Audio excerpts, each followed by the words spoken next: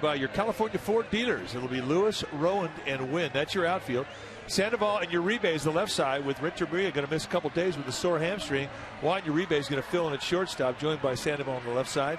Burris and Aurelia on the right side of the infield. Benjamin Molina, he'll be in the squad doing the catching, and the gentleman he'll be putting the fingers down for right here. Tim Lincecum make it start number 8, 3-1 on the year. You're looking at a power arm with a fastball. Let it go 92 to 96 miles per hour, depending on the grip. A straight 12-6 over the top curveball. He's got a little bit of a slider now and what we call a power changeup. It's a swing and miss changeup. And the first pitch fastball in there for a called strike to Alex Cora. 60 degrees the official game time temperature here on the shores of San Francisco Bay. The sun shining off the center field hitter's backdrop and the scoreboard complex. So it's not the best visibility if you're a hitter in the shadows with that bright backdrop at the moment. Until you get that shine to go off, that sunlight to go off the batter's eye, it is going to be a background that will favor the pitcher. Tim Lincecum, 3 wins, 1 loss at 3.25, and it's just sort of the opposite effect for those people out there. Did you see that last pitch, sweetheart? As the game started? Well, they'll be inconvenienced for about another 10 minutes. Shadow is starting to creep up the center field section. And they're just about the last few people who are being inconvenienced by the sun. 2-2 the count. Change up, fouled off to the left. The umpiring alignment, Doug Eddings behind the plate. Hunter Wendelstedt at first, Brian Knight at second. Dana DeMuth is the third base umpire. Fans still coming into the ballpark. Big crowd expected. A little bit of a breeze blowing straight out towards San Francisco Bay. Two-seam grip that he uses on his fastball. And that's into center field. Base hit. Alex Cora filling in for Jose Reyes again tonight. Reyes, the regular Mets leadoff man, the dynamic leadoff man. Got a little calf problem. Time now for our Red Hot Casino as they present Who's Hot. And Tim Lincecum in his last 4 starts, a perfect 3-0, 2.89 ERA in 28 innings, 21 hits allowed, 35 strikeouts against 7 walks. That is Red Hot Casino hot. Luis Castillo now. Switch hitter, batting left-handed. Castillo hitting .304. He drops a bunt down. And Molina to second. Just in time with Uribe playing it like a first baseman, stretch it out to get it.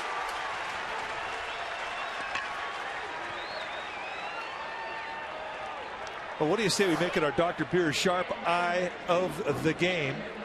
You have to anticipate the lead bag in order to make this play. The ball did not get far away from home plate, and Benjamin Molina comes out thinking nothing but 2. And that is our Dr. Beer's sharp eye of the game. To sharpen your vision, check out Dr. Beers at LASIK2020.com. Now the slug in. Carlos Beltran hitting .371. 6 homers, 25 batted in. And his ball 1 too low. Beltran is second in the league with that .371 batting average. Joey Votto of Cincinnati is the league's leading hitter. The Reds are off to a very fine start this year. They're one of the most improved ball clubs, at least on paper, in the league this year, and they have played well. There's a ball in the dirt. 2-0. Tim Lincecum's on load time right now, 1.12 seconds, and that's outstanding. 1.25 is about average. You get down 1-1 or close to it, or even close to a second, that's really giving your catcher a good chance to throw a runner out. Castillo, who at one time a few years back with the Florida Marlins was a prolific base stealer, not so much anymore. Back to the bag quickly there. Now when you unload that quickly, do you pay a price maybe in sharpness or velocity? No, you don't have to at all. But convincing young pitchers sometimes is not an easy thing to do. Off the outside.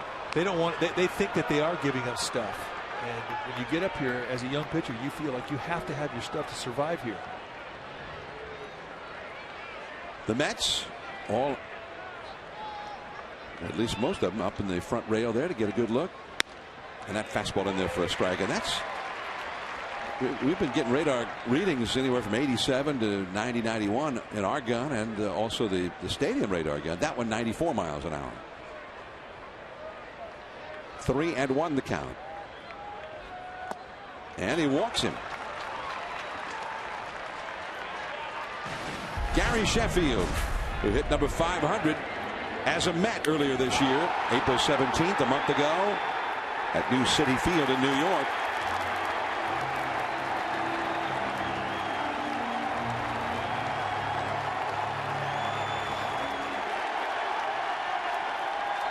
And they brought him out for an encore.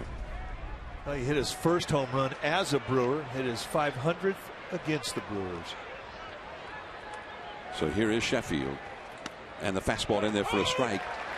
Now the stadium radar gun said 93. Our gun said 90 on that one. 2 men on. Lincecum in a jam here with only 1 out in the first inning. Sheffield earlier this week hit number 501 of his outstanding career. And a pop-up, really going down the right field line and into the first row of the seats by the visiting bullpen. You know, the one thing you want to vary is you want to vary looks. In this particular time when he comes set, he never looks at the second baseman, and that is something that will completely screw up a runner at second base. Now, you can't make it a habit of doing that, but you can look one time, look 3 times the next time no look. You're definitely going to see Lincecum vary his looks to second. That's how you hold the runner on, is with looks. 2 strikes to Sheffield. Castillo at second, Beltran at first. And the changeup is down and in. 1 ball, 2 strikes. You just can't get predictable with your head turn. David Wright out on deck. One of the keys to the game last night for the Mets. Changeup struck him out. That's the power changeup we're talking about. And the beauty of his changeup, I mean, from the day he learned the pitch and he took it into a spring training game 2 springs ago, he had the ability to throw for a strike, and when he missed, he would miss below the strike zone, and that's where it's most effective. And the great Sheffield way out front. He has made it look almost comically simple, but obviously it's not that simple to have that kind of command on that pitch, that changeup. It isn't. That's, I think, one of the hardest pitches to get a feel for. David Wright now. Right up the middle, base hit. Here comes Castillo. Aaron Rowan. Cut off by Aurelia, and run scores, but out at third is Beltran. And David Wright, another RBI hit. He is on a tear since late April.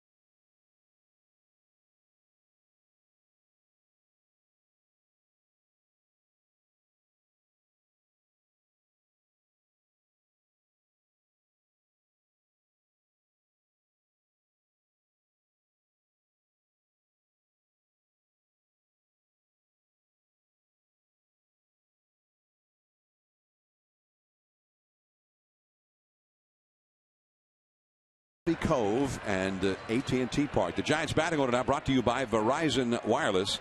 Burris at second base. Fred Lewis left field. Pablo Sandoval third base. Benji Molina the catcher. Wynn in right. Rowand in center. And he has done well against Livan Hernandez. Aurelia at first, a late substitute for Travis Ishikawa.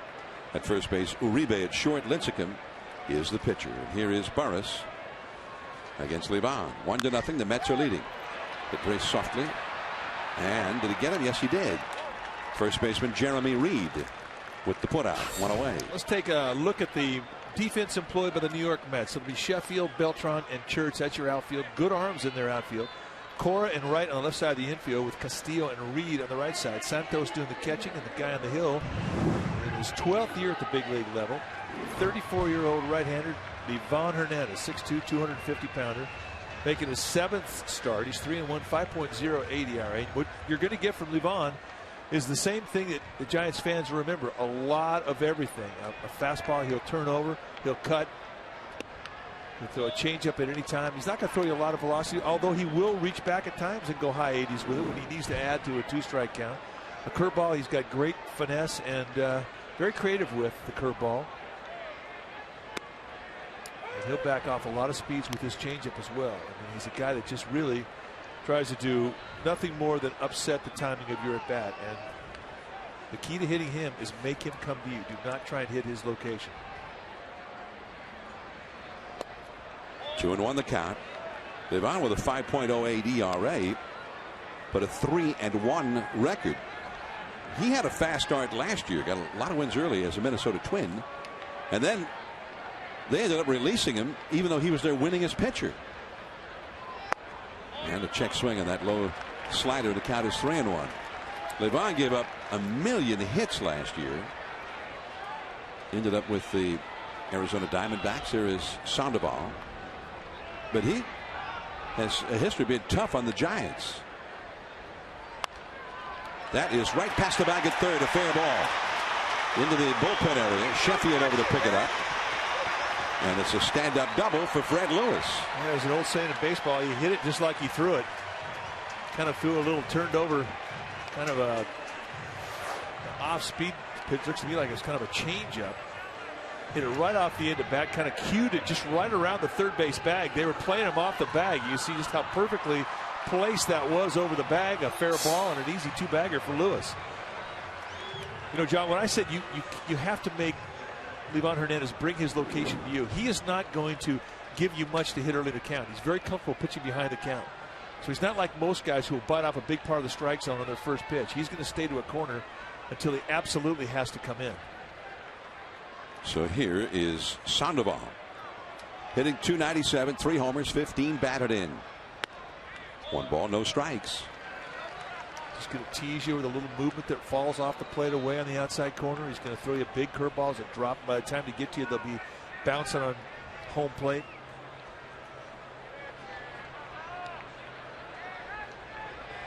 One to nothing. The Mets are leading in the first. Right up the middle, base hit. And Lewis is going to score easily. And this game is tied. Ground ball that seemed to know right where it wanted to go. 1-1. With a sinker on the outside part of the plate, he goes out there and just sort of reaches through. This gives you an idea how strong his hands are. He kind of reached beyond his back leg, so he didn't get a whole lot of back leg drive into the swing. Finds a hole and an easy score for Freddie Lewis. 16th RBI for Sandoval, who has not overall hit real well with runners in scoring position, but he's had a couple of real big hits in those critical at bats this week. Strike one on the outside to Benji Molina. Benji, the Giants home run and RBI leader, 8 homers, 29 batted in.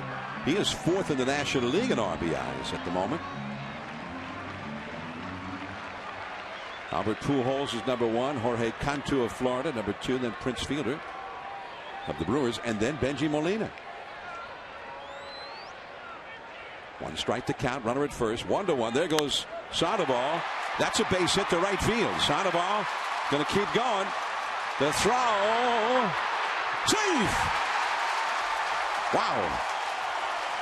Nice throw by Ryan Church from right field, and Jerry Manuel thought it was a perfect throw and that the wrong call was made. He's going to go out and talk to Dana DeMuth. These may be the three most accurate arms collectively in the outfield in the National League. You see the one-hop seed from Ryan Church, and I think Jerry Manuel might have a pretty good point. This, as we watch it one more time, they may have gotten it very close. Third base umpire Dana DeMuth making the call. I'll tell you what made this play, though, was the way that Sandoval read the ball. He's out. But his read off of first base, I mean, he never slowed down. He saw that that ball was going to drop in front of Church right off the get-go. And that was the only way he could be safe. Well, it really wasn't safe, but Giants will take a break. And they won't apologize, John. So here now is Randy Wynn. Wynn, a switch hitter, batting left-handed. That ball into Death Valley, right center field. Church, no! Sandoval scores, and Molina had to hold up to make sure it wasn't caught, so he only gets to third. Randy Wynn would have had an easy triple. Otherwise, he settles for a double. It's 2-1 Giants. Easy triple. For a minute there, I thought Randy Wynn was going to run right at the back of Benji Molina.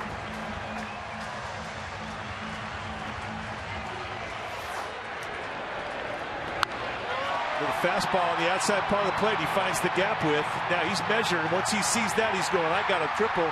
And then reality sets in as soon as he looked left and saw where Molina was. And you can follow the flight of the ball. As it comes back in the infield, you'll see that Benji Molina really couldn't advance because he thought Church might catch the ball. So runners at second and third. 2 runs in for the Giants. Here is Aaron Rowan. This is a big spot here. The place where the Giants have been lacking a hit all too often. And that's ball 1 to Rowand. Rowand versus Levon. A .538 lifetime average, 7 hits, 13 at bats, including a home run and a couple of doubles. Rowand hitting .236, 2 homers, 13 batted in. The infield, the left side is deep, the right side in halfway.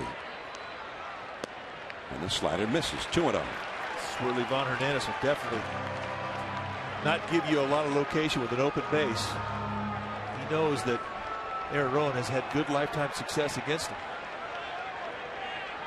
Molina at third, Wynn at second. 2 runs in for the Giants. Oh, he helped him.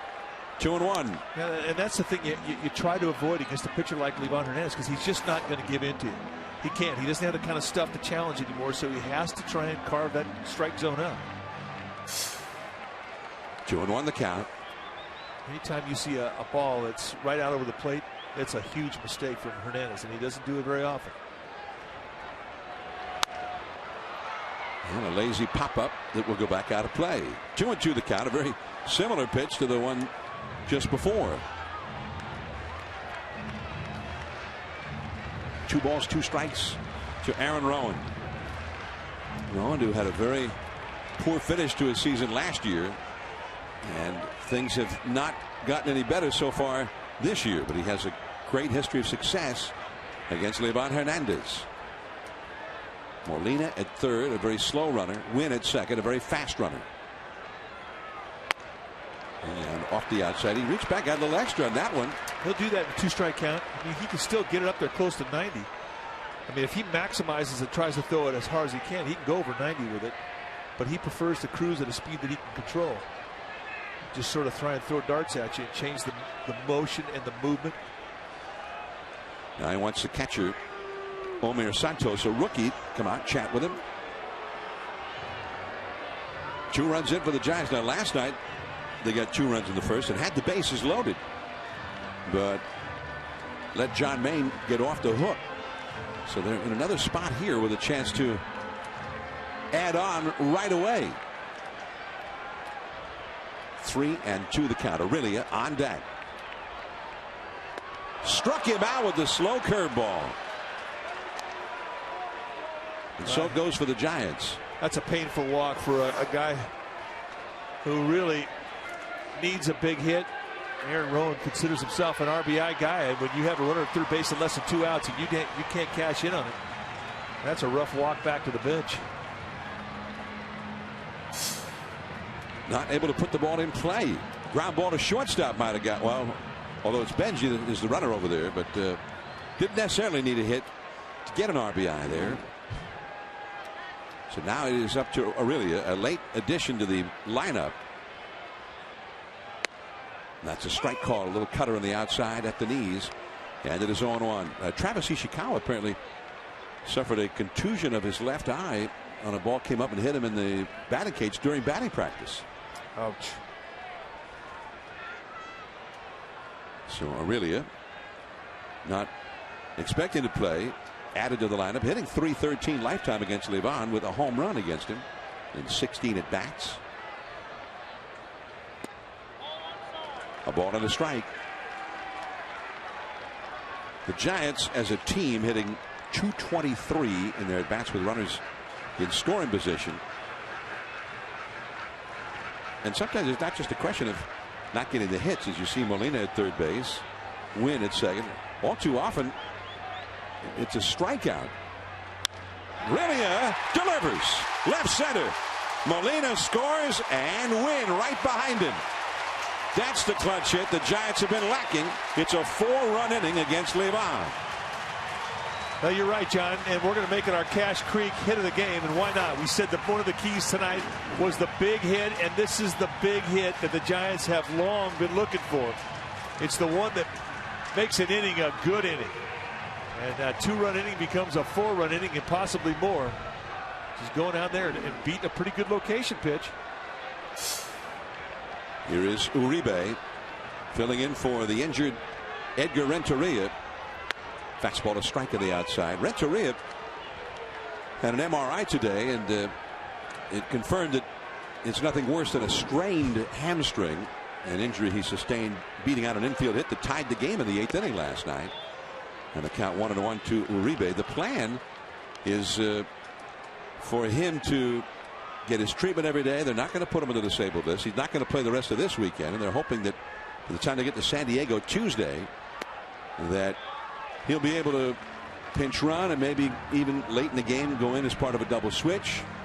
That's what they're hoping, and that by the time they get to Seattle 1 week from tonight, that he'll be ready to go and back in the starting lineup. So Uribe in there in the interim. And Cora to Castillo for the force out on Aurelia.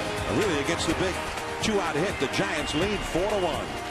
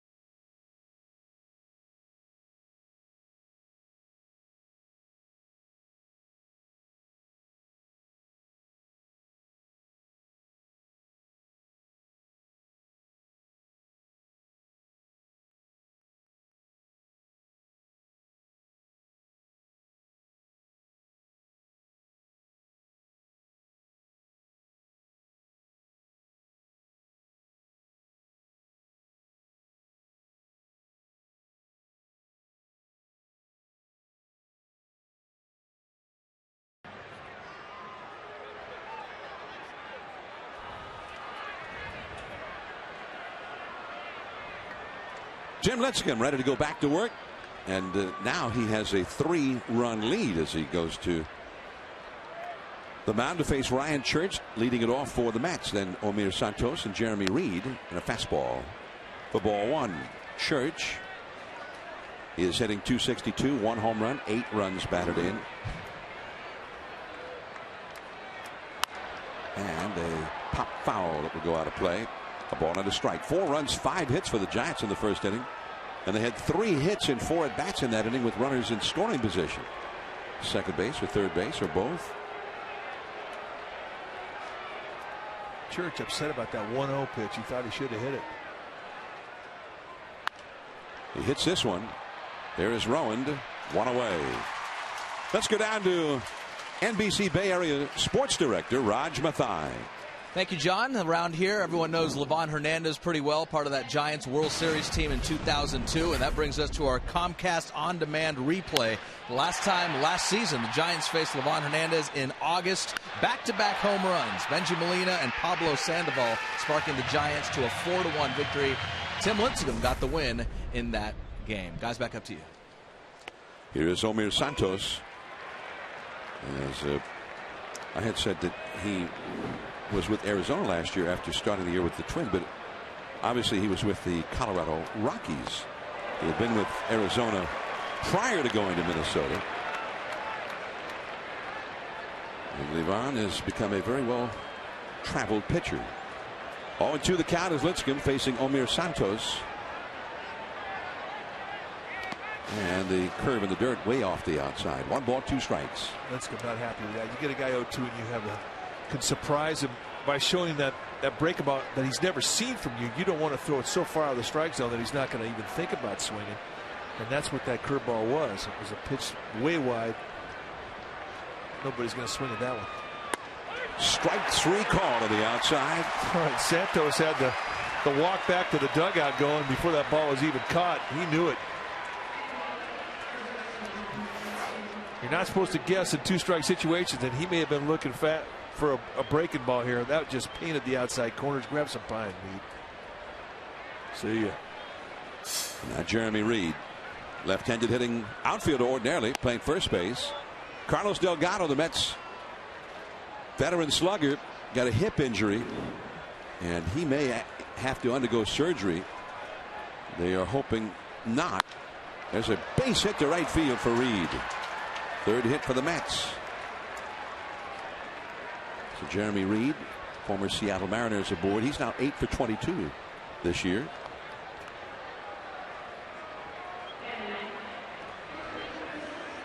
Well, Livan Hernandez can hit, and there you see his lifetime average, 231 with 9 home runs, 75 RBIs. And if you don't think he can hit, just go ask any of the hitters on the Mets team or any team that he's ever played on, and they'll tell you the same thing. He can hit. Livan, I remember at one time with the Giants, he had a stretch of 7 or 8 consecutive at bats with hits. And he may be the only Giant to have done that for a couple of decades. 1 strike to count to Livan. Remember, he made a bet with Kirk Reeder. Remember that one during batting practice? Because Reeder, even in batting practice, only hit little flares into left field. That's right. And Livan said, you couldn't even hit a home run in batting practice. Are you kidding me? And so Reeder said, I could hit one in batting practice. He says, well, if you hit one tomorrow, I'll give you a new Rolex. And sure enough, Reeder the next day hit one out in batting practice. Not a problem. And Livan paid up. Next day, he had a brand new Rolex. 2-1 the count to Livan Hernandez. Right to the shortstop, Uribe. And Burris gets the put out on Reed at second. 4-1 Giants. Lincecum will be coming up when we come back.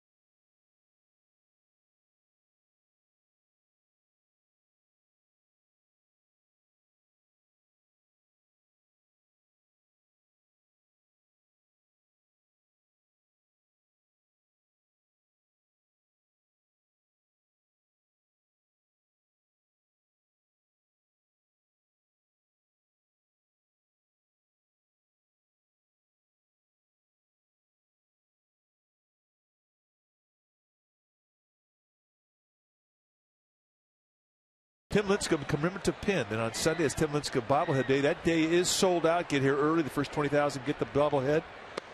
And for tickets, go to sfgiants.com. The Sunday game will start a little after 5 o'clock as the nationally televised Sunday night game. Tomorrow, quite a matchup as Lincecum fouls one back from Levon. 1 ball, 1 strike. Randy Johnson up against the outstanding Mets lefty Johan Santana. That's a 110 start tomorrow.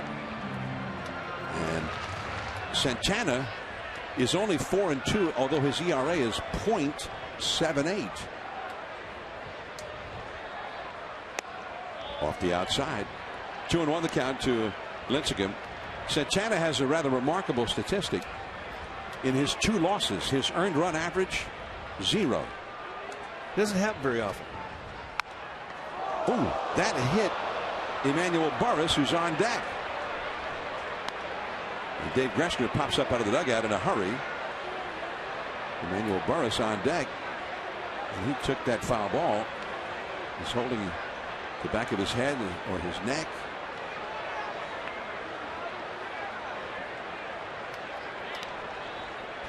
Holy smokes. 2-2 the count, and Lincecum is down on strikes. Now, the question is, Emmanuel Burris, is he going to be able to hit? Yeah, he's fine. You can't hurt Steele. Come on. At least that's what I used to tell my kids when they were like 2 years old. Granted, they weren't getting hit with a 100-mile-an-hour foul ball. Got in the back. Got caromed off his shoulder and hit him in the back of the head.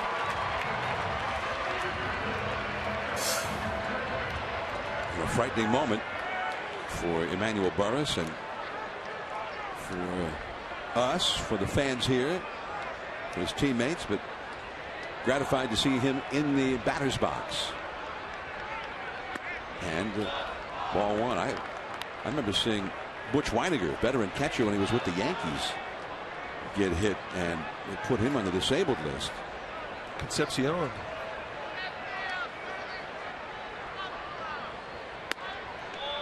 In St. Louis. Hasn't come back yet. 2-0 to Burris, who grounded out to first his first time. 1 out, nobody on. The Giants ahead 4-1. And Burris is not offering at these tantalizing pitches from Levon.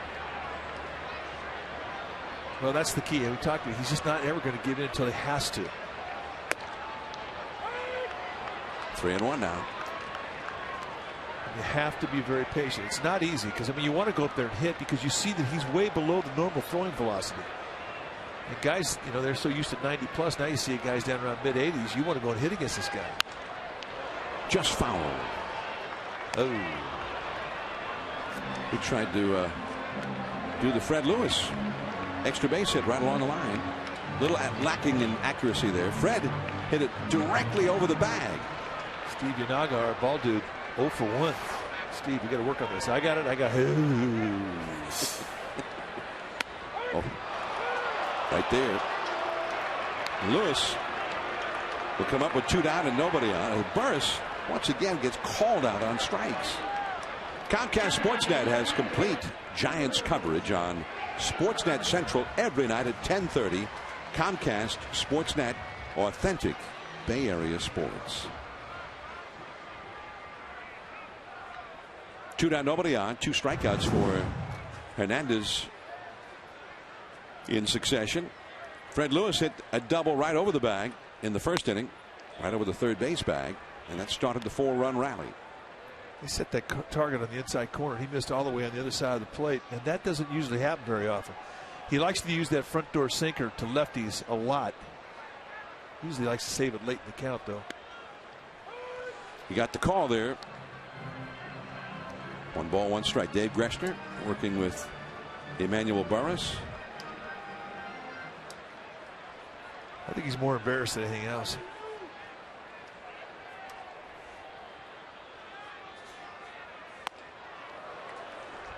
One and 2.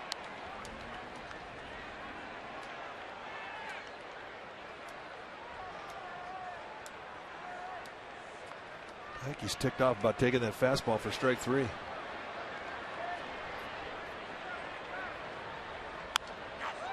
And Lewis back out of play. Fred Lewis has a case of turf toe. Caused him to miss a couple of games earlier this week. And then last night we saw him limping around every time he'd have to run hard. He was able to run hard, but then he'd end up limping considerably afterward. Rips one out into Death Valley. Way back there. That's gone to the deepest part of the park. Tape measure home run for Fred Lewis. His first home run this year.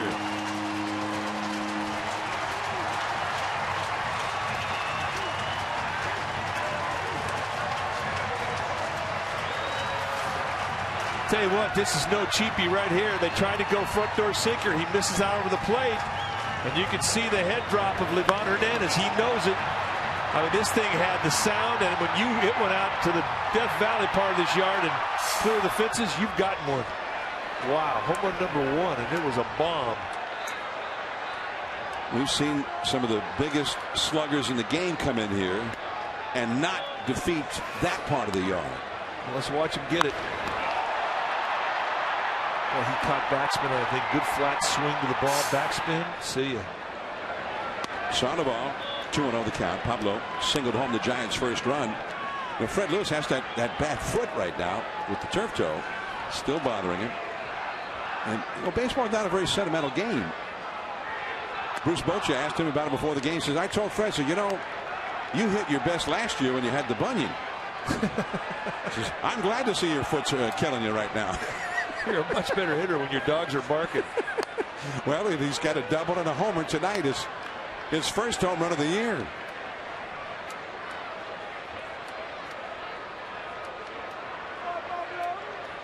Well, Fred has genuine power. And he's capable of doing that again. 3-1 the count. And the slider. Fly ball, shallow left, right going out. Sandoval to second, and Wright had nothing whatsoever on that hurried throw. A double for Sandoval. I think it may have been a bit of a mistake from David Wright. He had time to set his throw. They played Sandoval to pull. You see that Sheffield's playing well over towards left center field. The whole line's exposed, and this is out there in no man land. And they're right. David Wright is just throwing off balance. I think he could have had time to set his feet and get a better throw off. As it turned out, I mean, the ball and Sandoval were about going the same speed to second base. So he puts himself in scoring position for Benji Molina. With 2 down and nobody on, Lewis hit the spectacular home run. Now Sandoval, the bloop double, and Benji. It's deflected by Livan, but nonetheless, Cora has time to throw out Benji Molina. Fred Lewis kind of reminded me of the Hackman, the way he hit that ball. What a shot.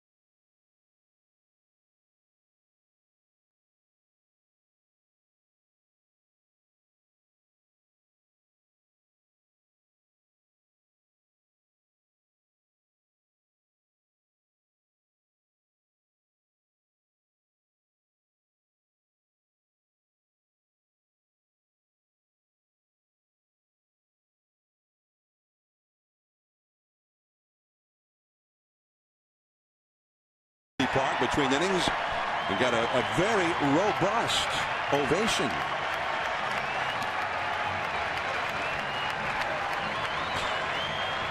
You know, serious business though. That being part of 1985 when we lost 100 games, and being part of 86 and 87 as this organization made a comeback was the greatest thing we ever got to do.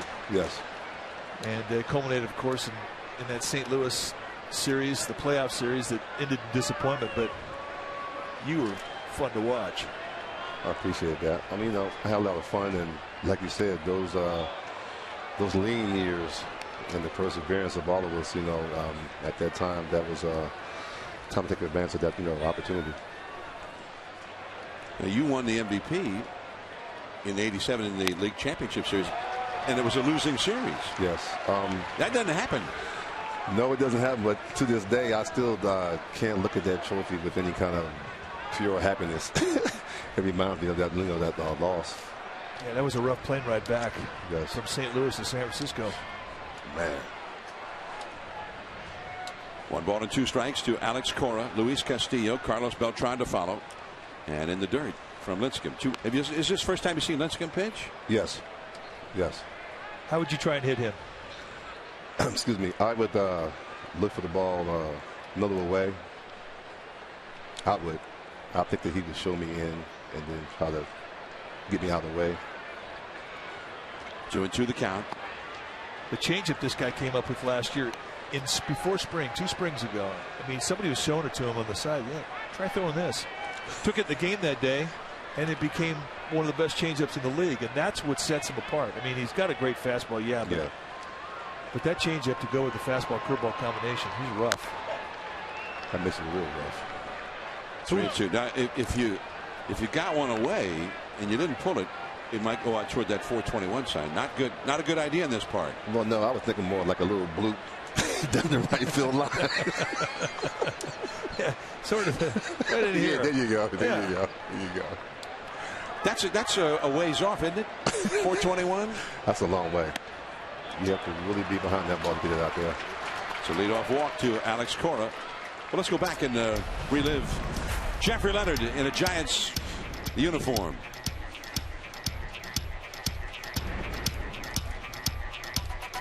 Now the stick. Did you like hitting the stick? I learned to like it. When I came here, as a Astro, obviously, it was a road trip that we wanted to get over with.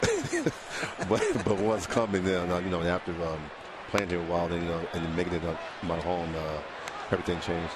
Well, there it is, just a few miles from here. So you learned to like it. Yes. Now Mike says that was part of the deal, though, that Roger Craig convinced you guys that it was a home field advantage and you guys needed to embrace it. The other team didn't like playing there. That's true. So you knew that already because when you came in with the other team, you didn't like it. That's true. Roger made that perfectly clear. Let's turn it around. And it actually worked because of the fact that we went out there like, this is our home. This is our house. So, and we knew most of the mindsets of the visiting team. So it worked to our advantage. Lincecum got the call there. Kind of a generous strike there. 2-1. Doug Eddings, the home plate umpire. Did you miss the game? At times, yes. I mean, playing. Yeah. I still have a time, to teach the kids back in Rockland, so I have a lot of fun with that. On the inside corner, strike 2. I think every ball player at one point is going to miss it, that little itch. So are you ready to get back into it full time? Yeah, I am. I really am. I think it's about time I get back. In the dirt, and that will move Alex Cora over to second base. I mean, I know you were in it for a while, and you did some managing and did some coaching, but you left because you wanted to, tend things back home and take care of kids. But now you're ready to go. Now I'm ready to go. Now I'm ready to go back. To come back as a coach, working with young guys, big league, as what? Broadcaster? You want to be my partner? No. You guys are really off the hook. No, coaching, coordinating, managing, all that. Sandoval throws out Castillo, and Cora had to hold at second base. One away.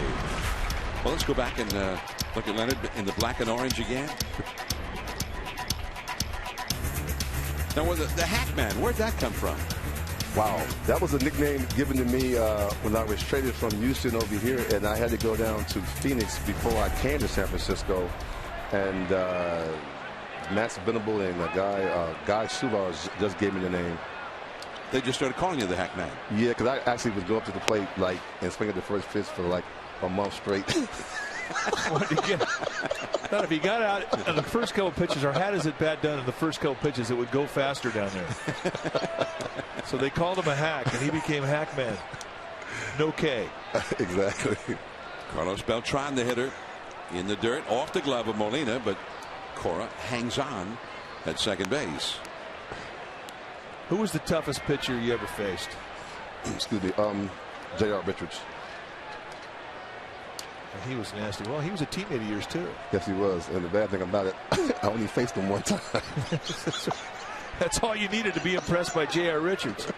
Well, what, you got your back stiffened up the next time he was pitching, or what? I saw 3 pitches, and what I saw of the ball total didn't even amount to one ball. I mean, it was like boom, boom, boom, sit down. I'm like, oh, no. But Mario Soto was rough, too. He had that tremendous changeup as well. With the Reds. Yes. That's a base hit to right field. Cora is going to be held as Wynn comes up throwing. First and third for the Mets. Well, Gary Sheffield coming up. You watch a lot of baseball now. Who are the hitters in the game that you like? I like Alex Rodriguez, Beltran. I like Pujols. Maybe a poor topic, but I like Manny Ramirez. He's got a great swing. Yeah. So those are my guys right now. Well, Gary Sheffield with a chance to do some damage. Lincecum struck him out the first time. Runners at first and third. And the Mets are making life tough on Lincecum. They're making him throw a lot of pitches. Opportunity to pitch for the ground ball right here. Curveball for a strike. That's a good one. Good trick. Did you get a chance to see Ryan Zimmerman, the third baseman for the Nationals over the week? Yes. He's got it going right now. Yes, he does. Yes, he does. 1 strike to Sheffield. He'll be playing a lot for the Mets, apparently, in the absence of Carlos Delgado. As Jerry Manuel says, well, we got to try to replace that power, and Sheffield's got the history. So they're at least going to give him a while to see if he can provide some of that power for them. And the curve in the dirt knocked down by Molina. Keeps the double play in order. 1 ball, 1 strike. You know, you see the high 3/4 almost over the top release from Lincecum and that 12-6 break on the curveball. I mean, he reminds me stuff-wise of Doc Gooden. And Doc Gooden didn't have that changeup early on. He didn't pick that up till late. So you didn't mention Doc Gooden. So you did well against him. No, I didn't. The first time I faced him, I think it was real early in his career at the stick, and I had the golden sombrero.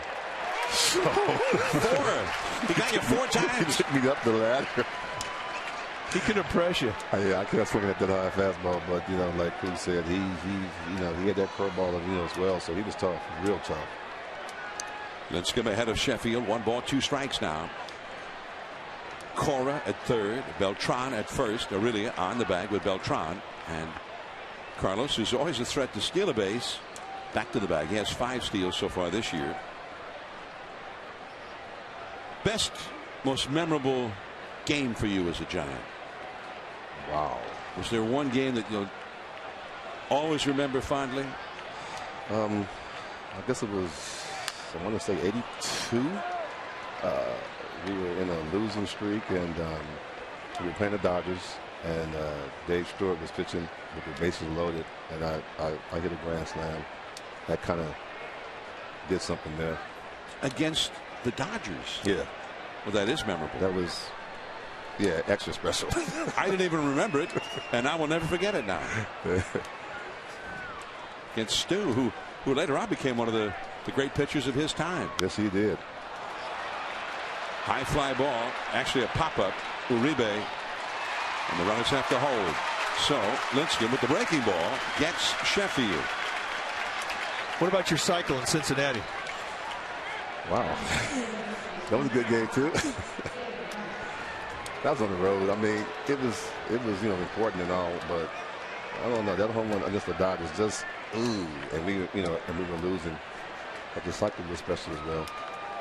So the cycle, what hit did you get the last? I don't even remember. I really don't. Because it's kind of tough to get if you still need a triple, right? You got a single, double, and a homer. It wasn't the triple. Okay, you already had the triple.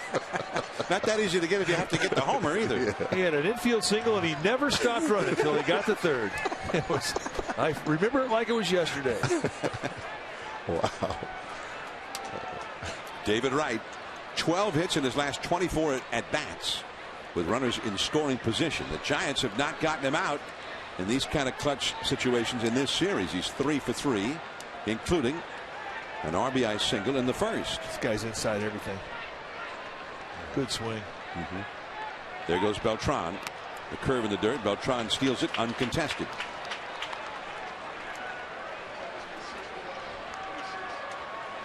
One ball and no strikes to David Wright. Have you seen Wright very much? Or? Yes, I like him as well. He's good. Good hard ball player. Last year they were all over him. He did not hit that well in the clutch at bats. And in New York, that bugs him. Bugs him a lot. But he got off to a slow start this year, and then since about the end of April, he'd been hot. 12 for 24, where a base hit could knock in a run. He could knock in 2 with a base hit here to the outfield. A ball and a strike to David Wright, hitting .336 overall. And that is foul down the left field line. 1 ball and 2 strikes. The runners in scoring position. First 18 games, only 5 for 25. And in New York, it's a big story. Talked on the talk shows. That won't make it. But since late April, red hot in the clutch. Big moment here in this game. The Giants ahead 5-1. Baseball, swing it out. The Hank Man, Jeffrey Leonard. Great to see you. Good to see you.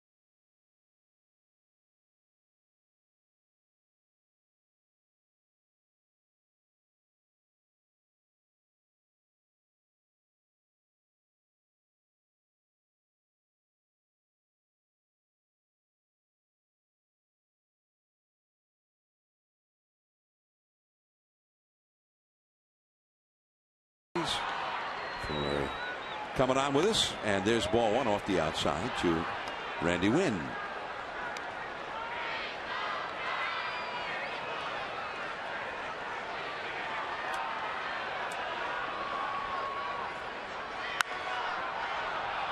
That is heading back into the crowd along the left field line. Randy Wynn hit an RBI double his first time up. Out to the big part of the yard. Sandoval had knocked in the first run with a single, and then after a Molina single, Wynn knocked in Pablo. Giants scored 4 runs all told in that first inning. Chased that sinker, and Castillo throws him out. 1 away. Major League Baseball and People magazine have teamed up to honor ordinary citizens who have served their community in extraordinary ways. Now through the 22nd of May, that's through next Friday, you can nominate a deserving community all-star by visiting peopleallstars.com. And the finalists, 1 per team, will be honored at the Major League Baseball All-Star Game in St. Louis at this year's Midsummer's Classic. Nominate someone today at peopleallstars.com. Ball 1 to Aaron Rowand, who struck out his first time.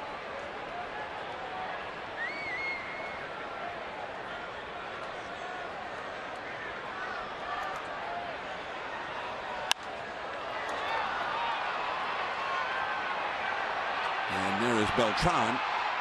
1 away. So Rowand pops out to shallow center. 2 down. And hard times continue for Rowand. Here's Rich Aurelia. Aurelia got a big hit in the first inning with 2 down. Giants had 2 runs in, but they needed that big 2-out hit to make the whole thing into a big inning, and Aurelia delivered. 2 down, nobody on.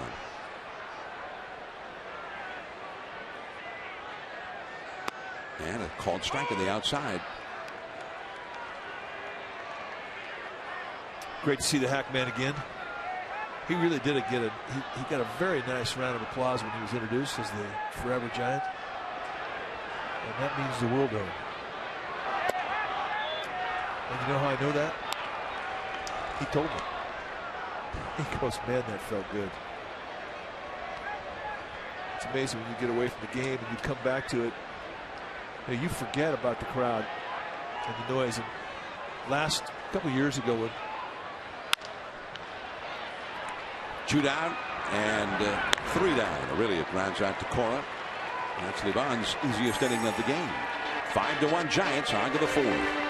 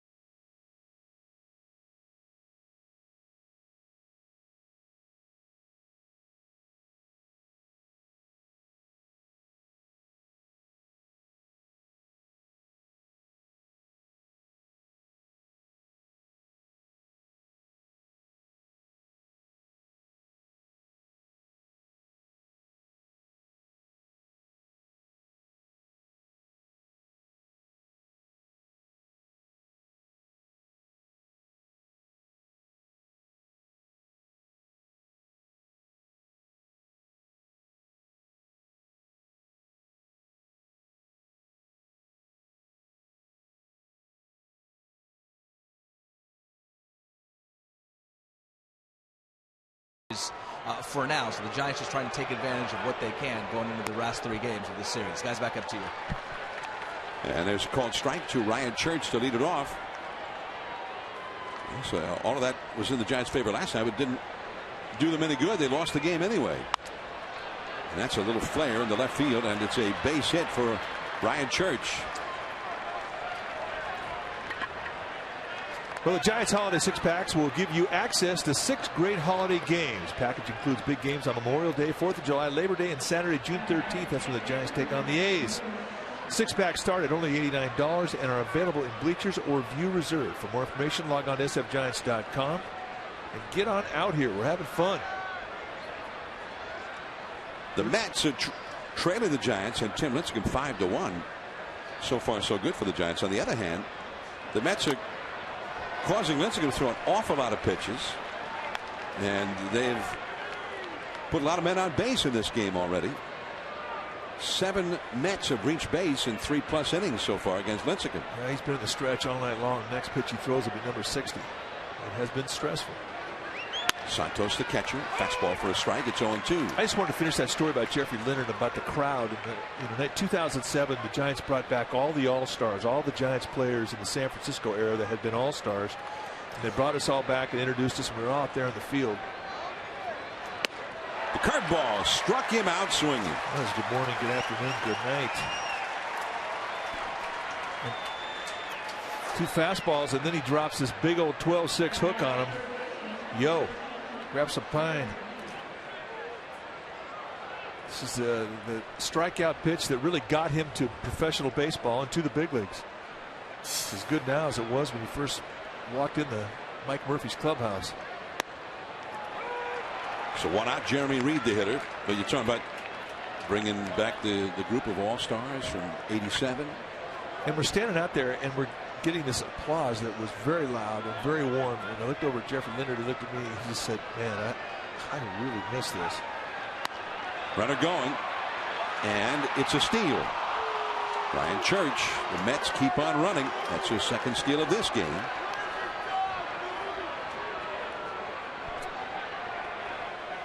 And Jeffrey Leonard,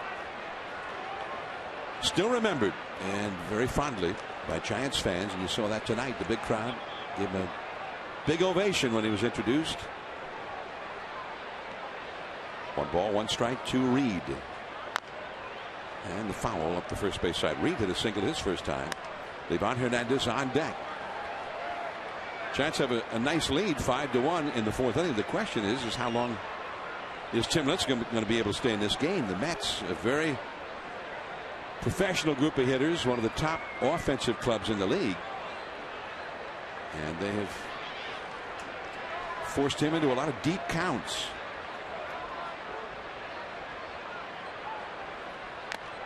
The foul tip into the glove and held by Molina. That is the 5th strikeout for Lincecum.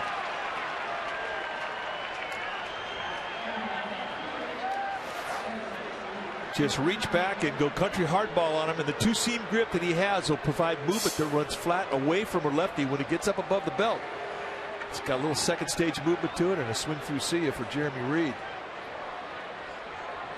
But you can't relax now, not with Livan Hernandez in the plate. He'll make you work. He grounded out to short his first time. That fastball in there for a strike. 5-1 Giants in the 4th inning.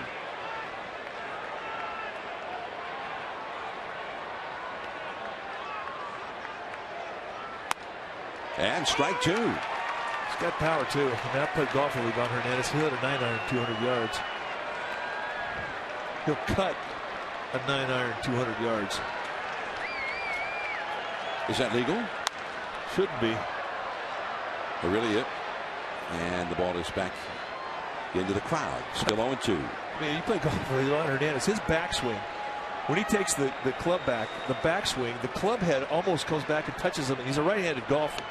The club head almost comes back and touches him on his left knee. That's his backswing.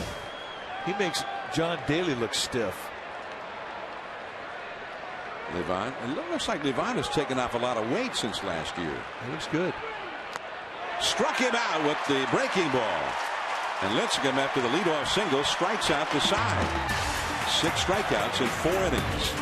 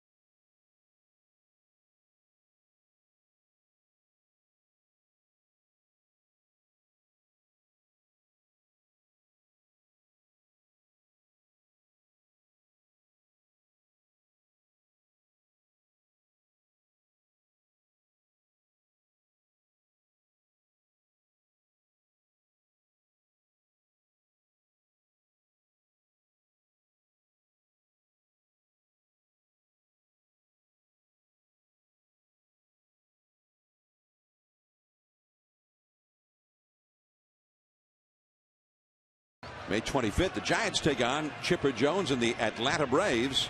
First 20,000 fans attending receive a Giants barbecue apron courtesy of Kikkoman. So spend the holiday with the Giants and the Braves right here at AT&T Park on Monday, the 25th.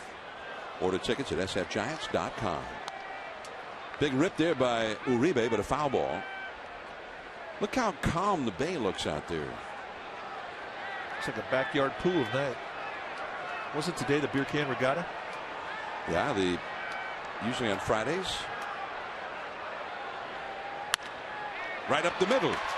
Uribe gets his first hit of the night. And he'll be in there for probably at least the next week. The Giants are hoping to get Renteria back by next Friday when they open up interleague play in Seattle. There's some of the boat's still out there. Doesn't look like there's much wind out there right now. If we saw that, looked like a flat calm for that one sailboat in McCovey Cove. Here's Lincecum. Drops the bunt up the first base side. Levon. And Castillo covering at first base for the putout. Uribe moves over to second.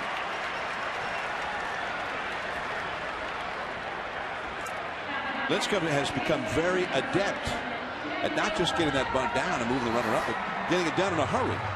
Well, if you can do it on the first pitch, and I've always said this, it adds to the momentum of the inning, and he does it in a perfect fashion. Only one play for Hernandez, and that's to get the out at first. Emmanuel Burris has grounded out to first and been called out on strikes. 0 for 2, 5-1 Giants. Castillo, and that is out number 2. So Burris was not up there very long. 2 down. Here comes Fred Lewis, who had a double in the first, and then in the second he took on Death Valley out there in right center. A little mistake to location, right at the belt out over the plate, and right at the 421 sign where few dare to go. I mean, he's hit some long home runs here. Remember the one he had in the Cove last year? It was not down the line either. It was out there on left center. It was a bomb. Well, just in case, there's a little mini armada out there awaiting a big fly in the Cove right now. He backdoors him, a little cutter, and the count is 0-1. Well, Fred Lewis, a wrong way double in the first inning, and that's what got the 4-run first inning rally started. And then the booming home run out there in what is a graveyard for home runs. That's where they go to die. Adam Dunn lost one out there earlier this week. Freddie, right in the middle of the swing, said, "No, I don't think so." But it's 0-2. Adam Dunn, I remember last September he came in with the D-backs and hit 2 or 3 out there. And Jim Lynch had some great close-ups of Adam Dunn having a few comments for the ballpark and what he thought of it. As if to say, I ain't signing here. 0-2 the count. And a check swing. Did he go? No. Third base umpire Dana DeMuth didn't think so. 1 ball, 2 strikes. RBI scenario here for Lewis, who has 4 RBIs for the year.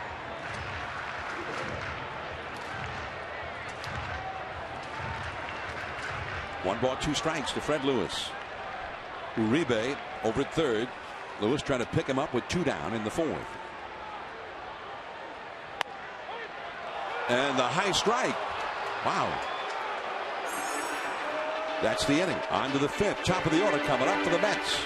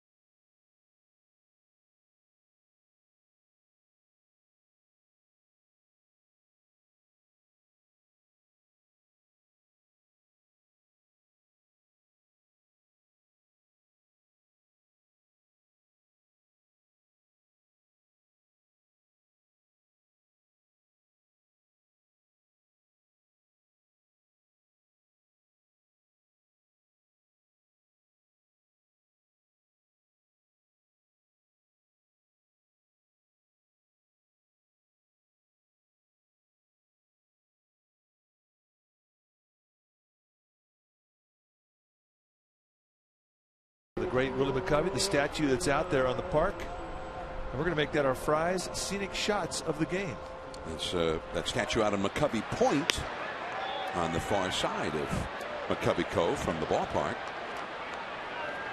Sometimes I've seen you guys have shots over there, and people just sitting out as if they're enjoying the game from over there. All you can see from over there, and maybe the fans in the upper deck, in the back of the scoreboard, but they can hear the roar of the crowd and the music and the public address announcements, and I guess they get the feel for the ambiance out there. It's beautiful. I take a walk out there every night. There's a bit of serenity.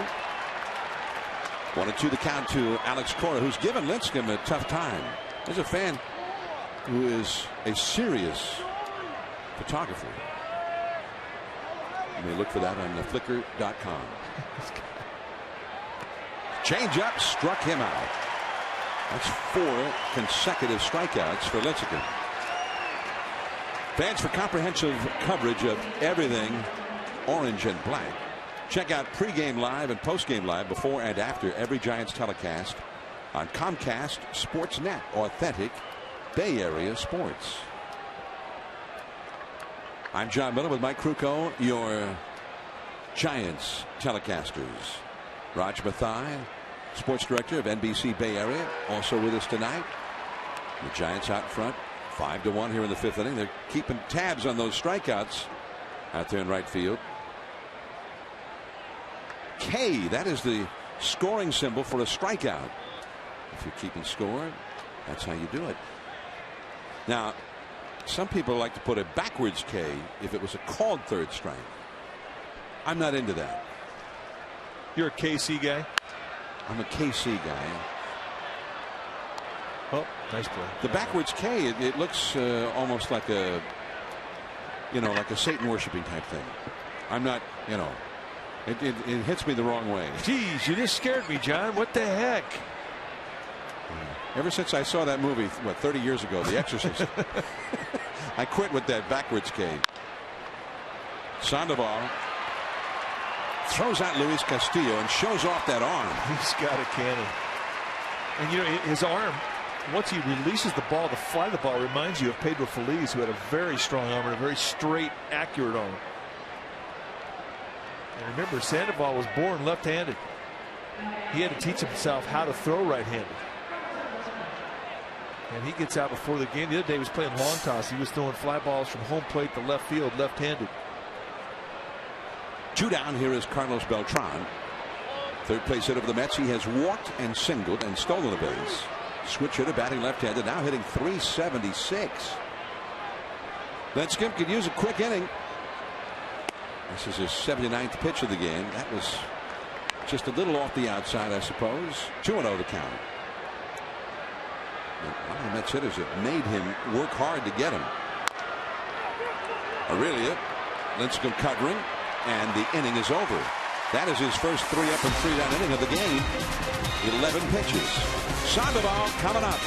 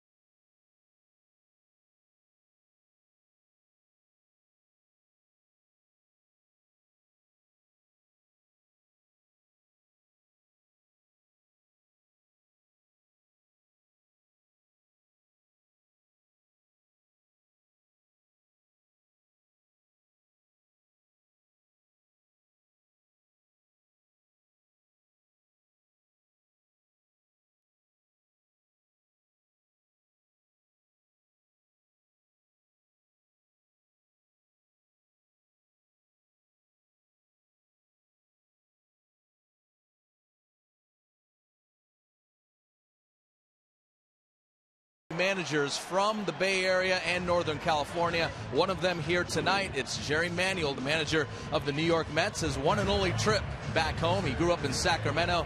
The other managers, Dusty Baker, also a Sacramento product. Bobby Cox down near the Fresno area in Selma. Bud Black, born in San Mateo, and Don Wakamatsu, the Mariners' new skipper from Hayward, much like John Miller. Don Wakamatsu played baseball at Hayward High School under the baseball coach who was there for a long, long time, Jim Bissenius. He was the baseball coach when I was matriculating at Hayward High. And one of his teammates on that Hayward High School baseball team was a guy named Jack Del Rio, now an NFL coach. So how many high school baseball coaches coached on the same team a guy who ended up being a major league manager and another guy who ended up being an NFL coach? Jim Bissenius, Hayward High. I know one at least. The Hayward High Farmers? The Fighting Farmers. Oh, sorry.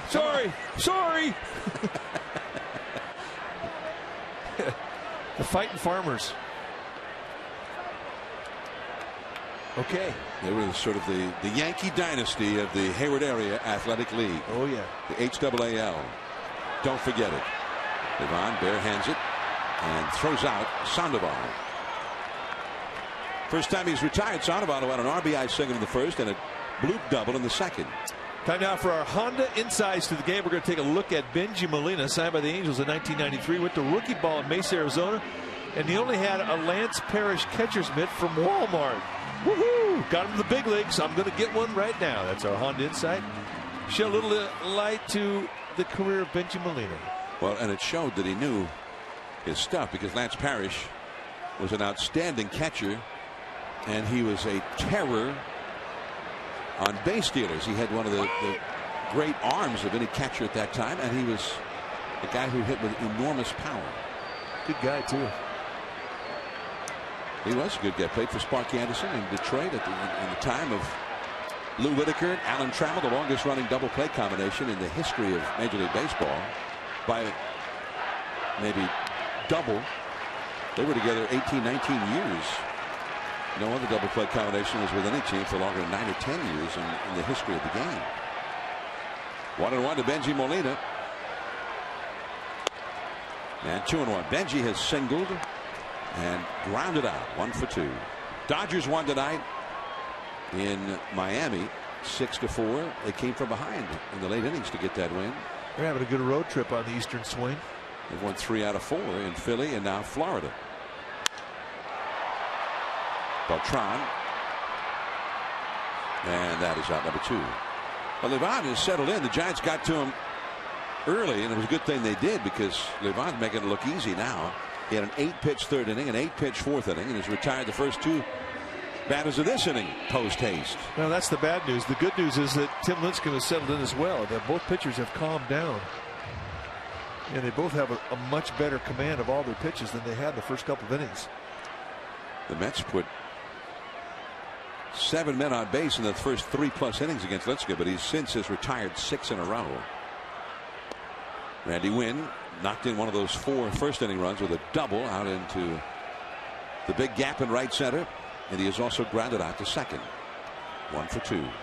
5-1. The Giants lead in the 5th. And the fastball misses. 2-0. So the Dodgers want Jeff Weaver back in the big leagues, and he's 2-0 for LA. There's Tim Lincecum.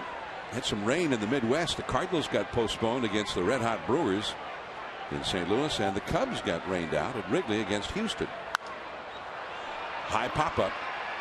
This could be trouble, but Sheffield gets there, and the inning is over.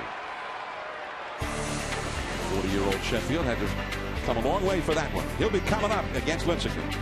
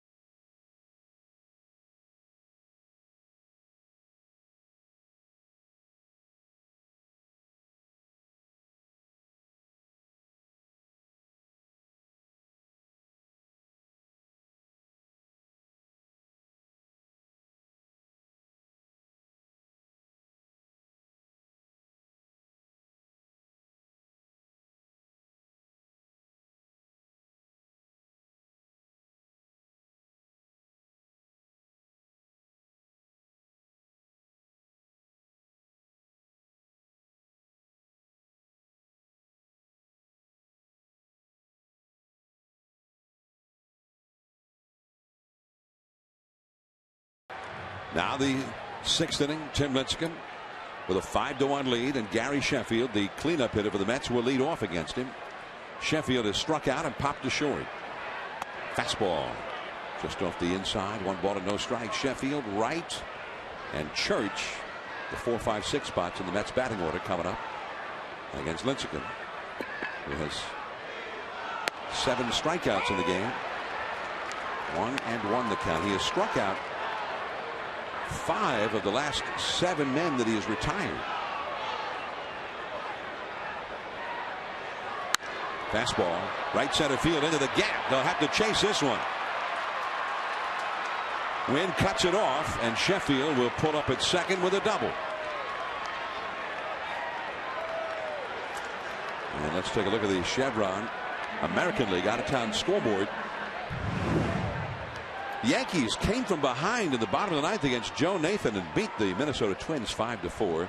A lot of rain in Detroit, but not enough to get it postponed. Bad news for the A's. They're trailing 14-1 to the Tigers. Blue Jays 8-3 over the White Sox. The Rays over the Cleveland Indians in Florida. Texas Rangers, 2 homers from Ian Kinsler. The Rangers are on a roll. They've won 5 in a row. They're atop the American League West by 2.5 over the Angels now. And there's a big curveball, slow curveball from Lincecum to David Wright, and it is 0-1. The Mets have consistently been able to get that leadoff hitter on against Lincecum. Red Sox lead the Mariners 4-0 in the end of 4 up in Seattle. Back of John Lester. Had a lot of rain in Kansas City, but that game is underway. 2-1. The Royals lead Baltimore last of the 3rd inning at Kauffman Stadium. Ryan Church, number 19, on deck. 0-2 the count to David Wright. Wright struck out to end the 3rd with a runner in scoring position. In fact, 2 runners in scoring position. First time the Giants had gotten him out in a spot like that in this series. He knocked in the Mets run in the 1st with a single. And that is strike 3 call. Wow. And you're talking about doing it twice, looking to a red hot hitter who's been on fire with men in scoring position, but that curveball is just locking him up. So a non-productive out in a runner at second, nobody out situation, and that is a strikeout situation. David Wright said, "Pack it, you got to make good pitches to do that." Wright, after his 1st inning single, had been hitting .500 in those clutch situations in the last 17 games, but Lincecum has gotten him twice in a row looking at a called 3rd strike with a runner in scoring position.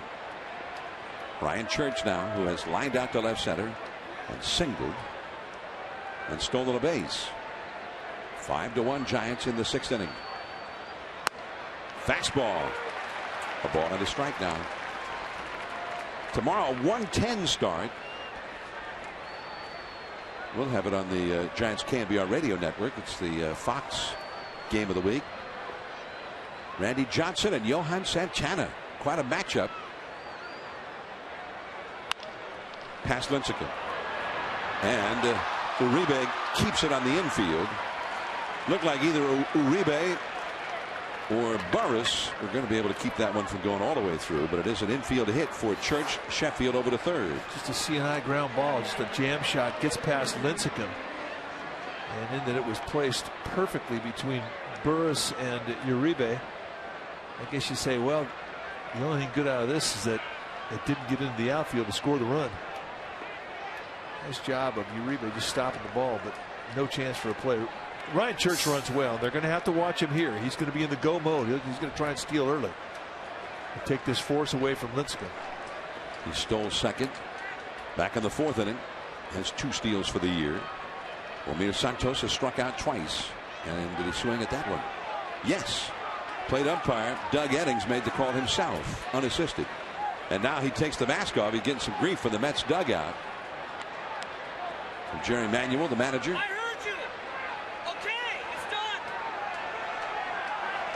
And Eddings is offering some grief right back. Well, did he go? I think the Giants catch a break there.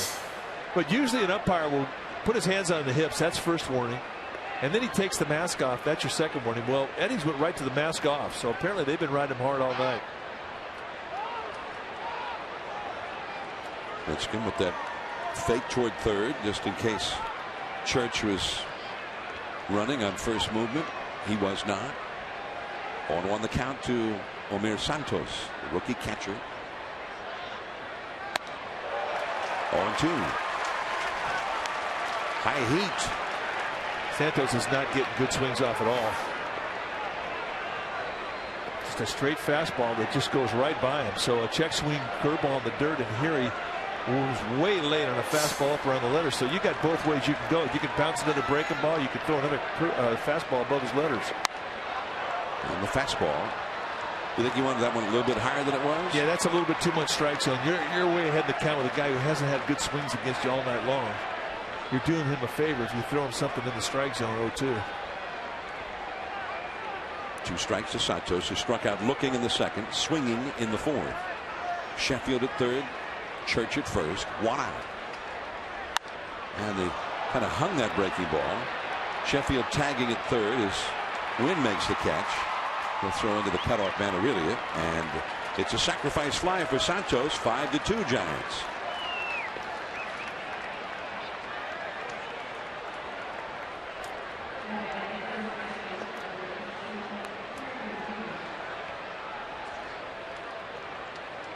And Jeremy Reed will come up, the 8th place hitter.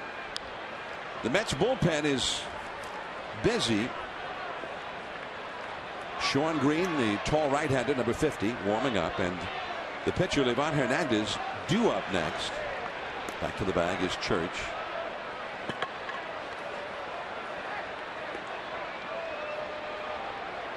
And the Mets have a would-be pinch hitter out on deck to bat for Livan if Reed is able to keep the inning going. And he does. Base hit. Church stops at second as Lewis comes up with it. It's the 3rd hit of the inning for the Mets and their 8th hit of the game against Lincecum. And Dave Righetti, the pitching coach, going to go out and chat with Tim Lincecum, who has thrown 94 pitches in this game now, working with 2 down in the 6th inning. Well, I think the concern that Righetti has is he's getting a little sloppy with his location. You know, you're way ahead in the count. You don't have to throw a pitch to an area where a guy can hurt you, and he did. He basically lost the 2-strike advantage with Santos, the catcher. Cost him a sac fly and a run. And then Jeremy Reed got a pretty good pitch to hit that he went the opposite way with.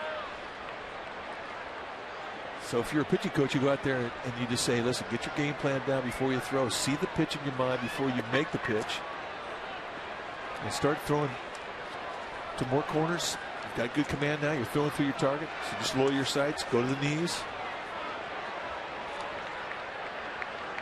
Righetti back to the dugout. Daniel Murphy, the pinch hitter. 2 on and 2 out.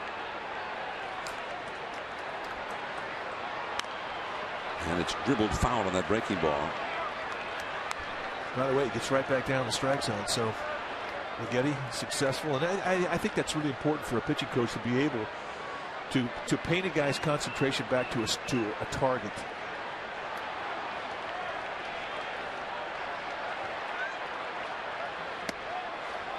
One and one the count. Murphy has had 9 pinch hits in 19 pinch hit opportunities in his young career. He is a pretty good hitter. Just off the inside. Good pitch. Saw Lincecum going with another no look at second base.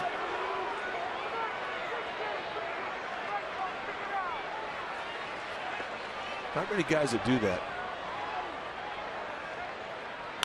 Change up right up the middle, base hit. And that is the second run of the inning. Ryan Church in to score. 4 hits in the inning. And it is 5-3. The Mets have cut that Giants lead in half.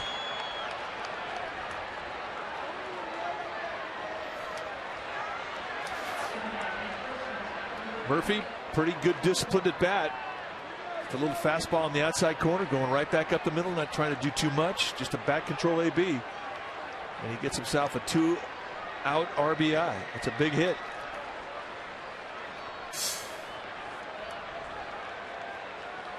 Here's Alex Cora, who has a single. He's also walked and struck out. The Giants bullpen busy. Marquín Valdez, the right-handed. Jeremy Affeldt, the left-hander. In the dirt, knocked down by Molina. Reed holds at second. Murphy at first. Now right here, you really have to remind yourself to pay attention to that runner at second and to first, for that matter. I mean, you've got to make sure you check those runners. When you're talking about tying runs on the base pass right now, you don't want to have them steal themselves into scoring position.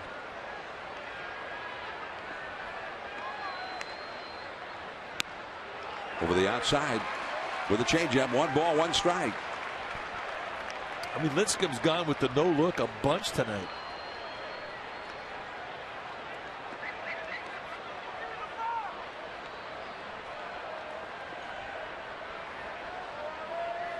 His last pitch was his 100th of the game. Still looking in at Molina.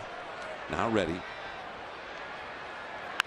The curveball is fouled off the left field line. I mean, I've never seen a pitcher do this many no looks in my life in a ball game, and it's kind of confused the Mets. None of the guys are making breaks. I mean, they're much more comfortable on a 1 look where the pitcher comes set, looks at the runner at second, turns his head to home, and that's when they break. But when he does the no look, it screws him up.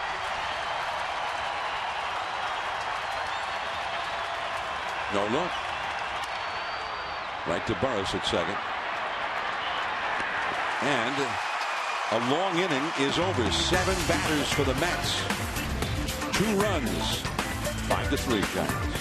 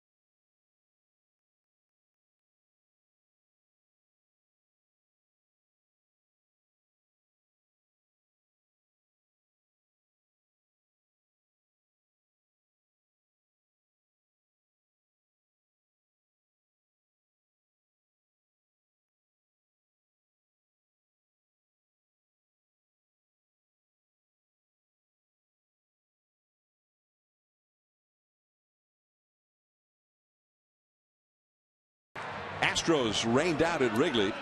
The Rockies beat the Pirates in Pittsburgh. The Phillies blew a lead in the 9th inning in Washington. Brad Lidge got a blown save, and then they came back and won it in the 12th.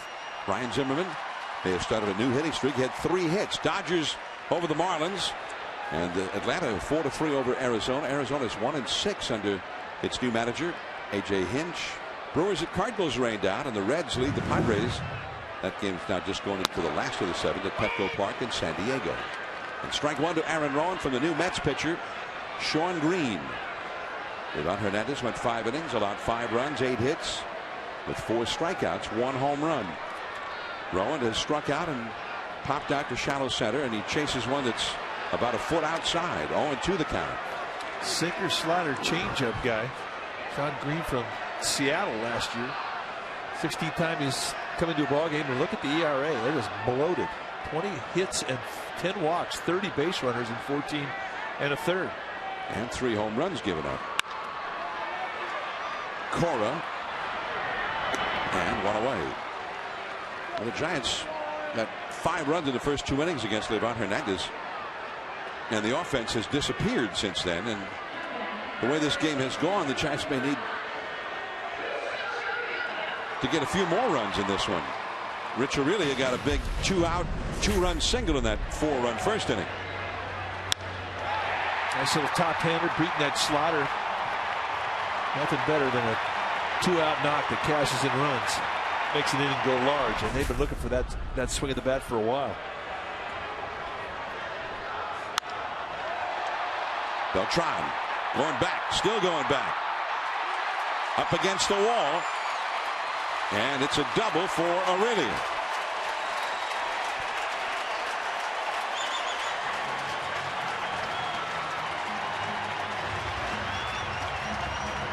A 2-hit night so far for Rich Aurelia. And this one's got to feel pretty good. He got a sinker up about belt high. And backspins it right over the head of Carlos Beltran. And this is loud. That nice little click sound. Thank you very much. That is the first extra base hit of the season for Aurelia in his 49th at bat of the year. Uribe hitting 8th. Martin Valdez trots down to the Giants bullpen with Lincecum due up next. Uribe has hit into a force play and is single. Lincecum has thrown 102 pitches in 6 innings. Slung that slider in there for a strike on the inside. Lincecum talking to Bruce Bochy and gets the word, so goes out to the on-deck circle. 3 runs, 9 hits allowed in 6 innings for Lincecum.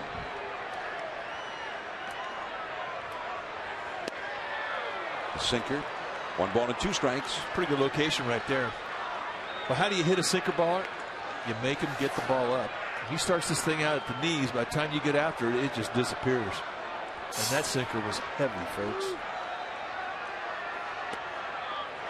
And the breaking ball off the outside, 2-2. Nice 1-2 pitch. You look at the guy who's making location pitches like that, you wonder how it is his ERA in the 8s. But you saw the big hanger he threw to Rich Aurelia, and you get a pretty good idea of it. Inconsistency with location. Oh. 2 down. Big, slow curveball. And Uribe sent packing. Another look at it. Got him way out front, so took a little off on the breaking ball. And once you get a hitter to reach like that, you got him. Lincecum is going to bat. He has struck out and had a sacrifice bunt. 5-3 Giants, last of the 6th. Lincecum, 2 hits in 15, now 16 at bats with his 0-for-1 tonight for the season. Does have an RBI. Base hit here could knock in a run, although the Mets outfielders can throw well. That's right along the third base line. That's a fair ball. David Wright tried to flag it down. Lincecum's going to try to stretch it. And he is out. The run has scored. The run counts. Aurelia scored before the out was recorded at second. RBI for Lincecum. 6-3 Giants.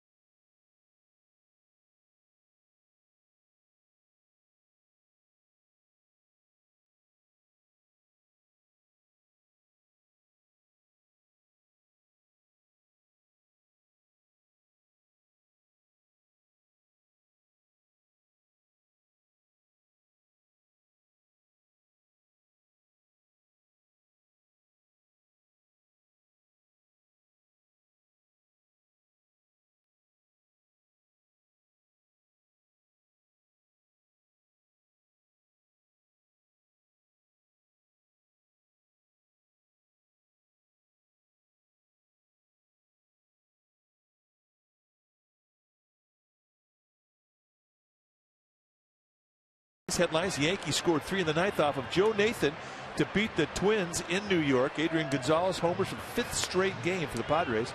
And in Tampa tonight, B.J. Upton, a walk-off home run against the Indians. You'll see that and more on Sportsnet Central every night on Comcast Sportsnet Bay Area. B.J. Upton's first home run of the year. He had 7 home runs in the postseason last year. He's a Mets fan and a Giants fan. Yeah, they're texting each other.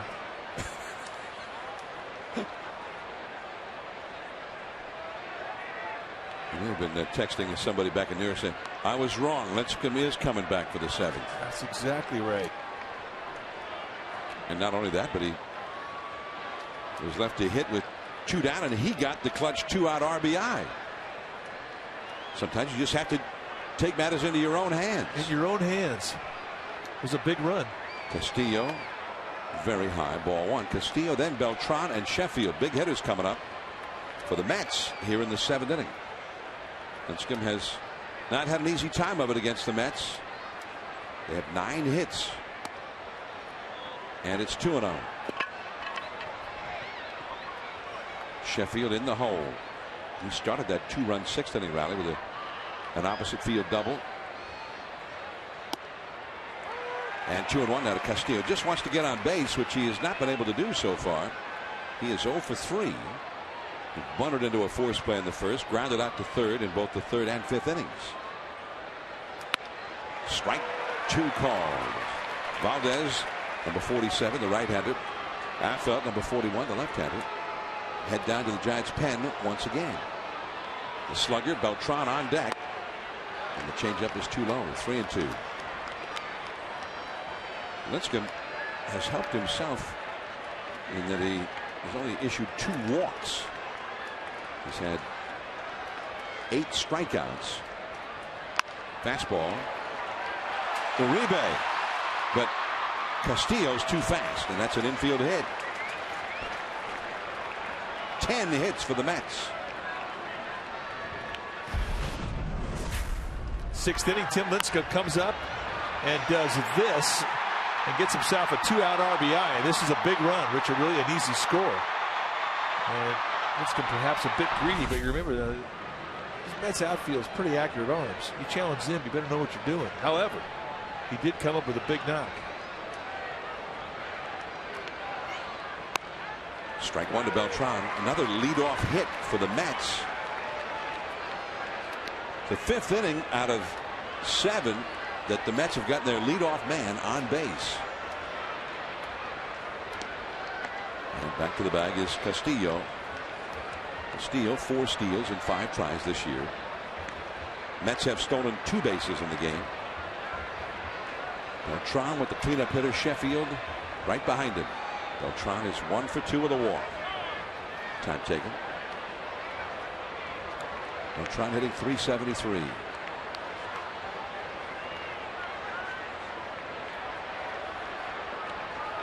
Beltran, who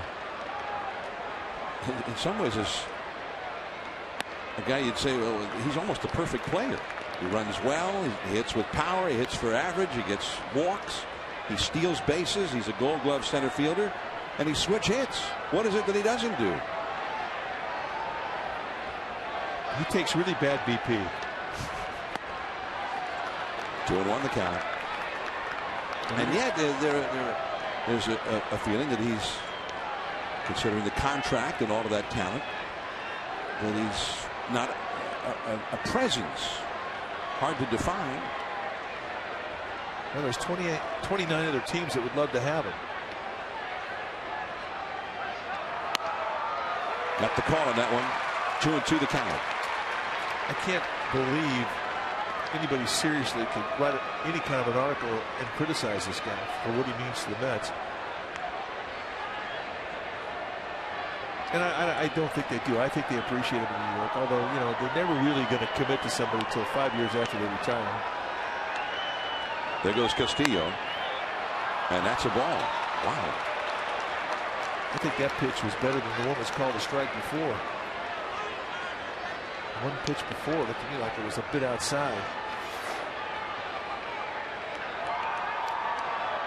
Fastball right at the belt. Perhaps maybe Molina came up there and took a little bit of the vision away for Doug Eddings, the plate umpire.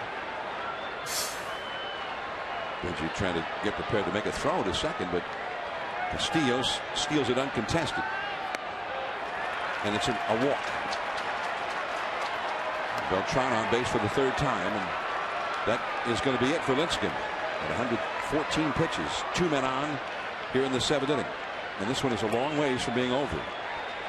Melquín Valdez, hard-throwing right-hander, will be summoned with the 500 home run man, Gary Sheffield, coming up. Lincecum departs.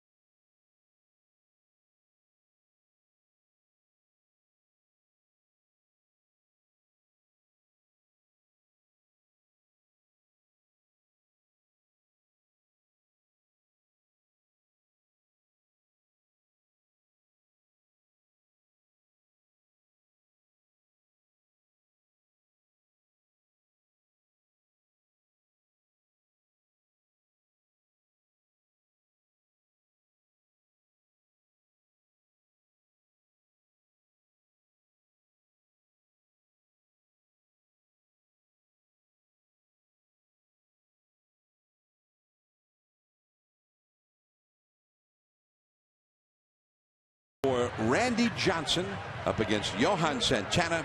It's a 1:10 p.m. start. And it will be the annual Junior Giants Glove Drive presented by Bank of America. So bring a glove for the kids. It'll be tomorrow. And you can order tickets right now the fast, easy way at sfgiants.com. Check it out, and we'll look for you tomorrow. The weather forecast is spectacular. Melquín Valdez with the possible tying run at the plate in the person of Gary Sheffield. 2 men on, nobody out. 1 ball and no strikes. Melquín Valdez, 11th time he's come into a ball game. 11 innings he's pitched. He's allowed 16 base runners, 11 hits, 5 walks, 7 strikeouts.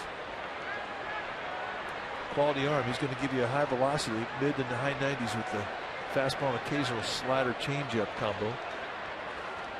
Sheffield 1 for 3. He's fallen behind him here, 2-0. Well, plus Sheffield now has had 2 pitches to see and to time. The beauty of Melquín Valdez, however, is that he's got movement that gets ground balls. Castillo at second, Beltran at first. Big pitch here. 3-0. David Wright, another slugger, on deck. Tim Lincecum had a rough time of it, although he departs with a 3-run lead. He allowed 10 hits plus 3 walks. The Mets stole 3 bases.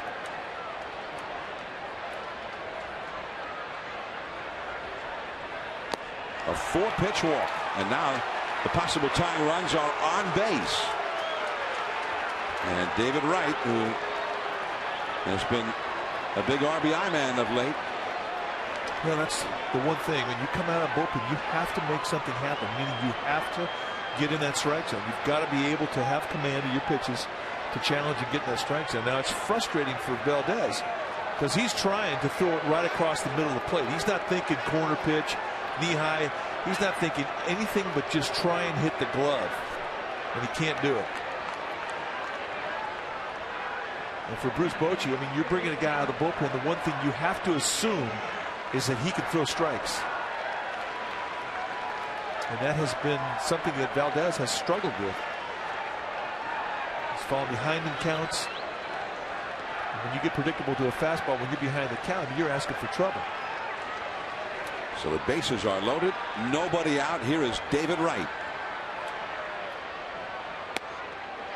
And strike one. And the simple advice from David Getty, throw your other pitches. He opens up, throws a little slider, gets himself in the strike zone, and that can do wonders for his confidence. Now he can relax. He's got 2 pitches here he can go to the corner with. That's how important strike one is. Another one. Base hit down the left field line. Castillo has scored. Beltran, and they're waving Sheffield the tying run. The relay will not be made. It's tied up.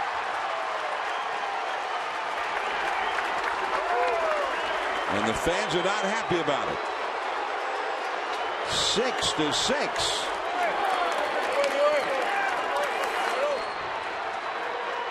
He backs him up again and throws a little lazy slider. And to a red hot hitter, you throw him a mistake to location. 2 types of movement back to back. He is going to burn you. And this is just too good a pitch to hit. It clears the bags, and we got a brand new ball game. Plan B. Affeldt in for the bullpen. 2 of those runs charged to Lincecum. He cannot win the game.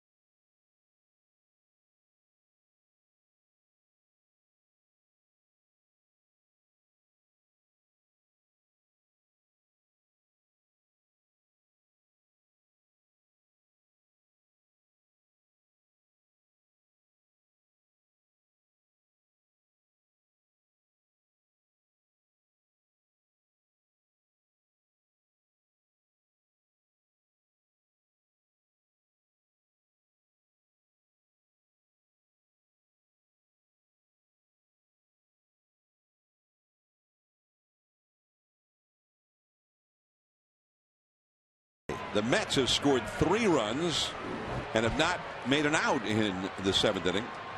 A 3-run double by David Wright, who is just on a roll right now. He's had 4 more RBIs in this game and 6 RBIs in the 2 games of this series up till now.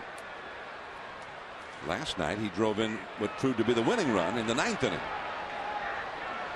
So here's Ryan Church to try and at least move right up. He's at second, nobody out. Affeldt checks him. Mets have stolen 10 bases in this series. 3 more tonight against Lincecum. And David Wright has a huge lead at second base right now.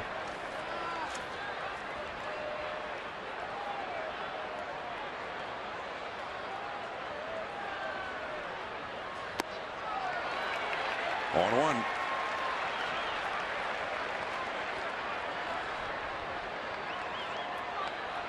Church is 2 for 3 in the game. Mets have 11 hits in the game. Joaquin Valdez came in, walked the first hitter, Gary Sheffield, and then gave up a 3-run double to the next hitter, David Wright. Showing bunt. Mets intent on Church moving this runner over to third base. There he is, David Wright, who runs well. He had 34 steals the year before last. Mets bullpen is busy. Right squares. There goes the runner. And he steals it. The ball. Sandoval didn't know where the ball was. Now he retrieves it.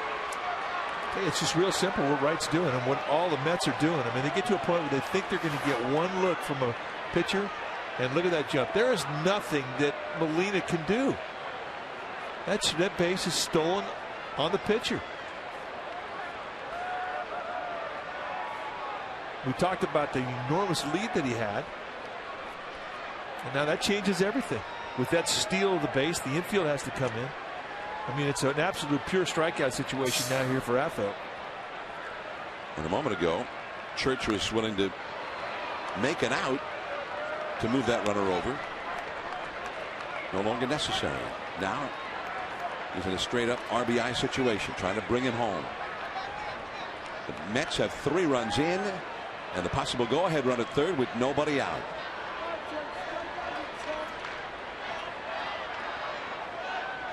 Omir Santos, a right-handed hitter on deck. Struck him out. A little anger behind that fastball from Affeldt.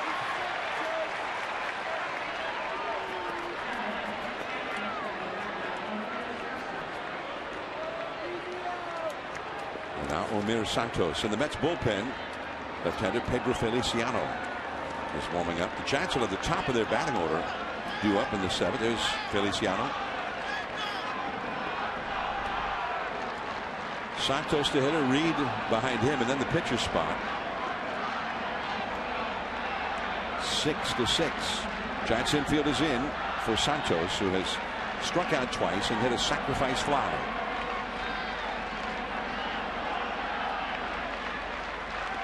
Oh. Sharp breaking ball. Nice play, Benji Molina. I've always said he does his best ball blocking with a runner at third base. I truly believe this. This is a ball in the dirt, but look how wide of the target is. I mean, he's got to really swing around. And when a ball bounces that far out in front of home plate, you really don't know what it's going to do. I mean, it could be a bounce that stays down and skims. It could be a bounce that comes up on you. It could be a bounce that kicks right or left. Nice play. All that, and they get a strike. The big curve up and away. 1 ball, 1 strike. Another left-handed hitter on deck, Jeremy Reed. David Wright, a 3-run double. He has knocked in 4 of the Mets' 6. The Mets, who went into the 6th inning of the game trailing 5-1. It is now a tie game, and they have the go-ahead run at third with 1 out. Again, Benji having to step lively back there. 2-1. Step lively, my friend. And you're right. I mean, it has not been an easy sequence of pitches for Benji Molina to try and catch, let alone frame. This is the Giants' 35th game of the year, and it's the 19th in which Affeldt has appeared. 2-1 the count.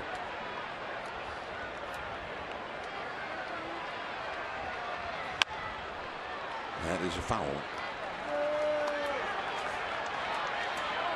That's third base coach Razor Shines. Did you play against Razor Shines? I did. I always thought one of the best names in the game. Razor Shines. That's my favorite name. It's a good one. Right up there with Hackman Leonard. 2-2 the count. He struck him out with a curveball. Pretty impressive relief work right there. Strikeout with a runner at third base. That doesn't happen often that you see a guy able to come in and do that. Well, he's got that kind of stuff. And the beauty about his curveball, it's as devastating to a right-hander as it is to a left-hander.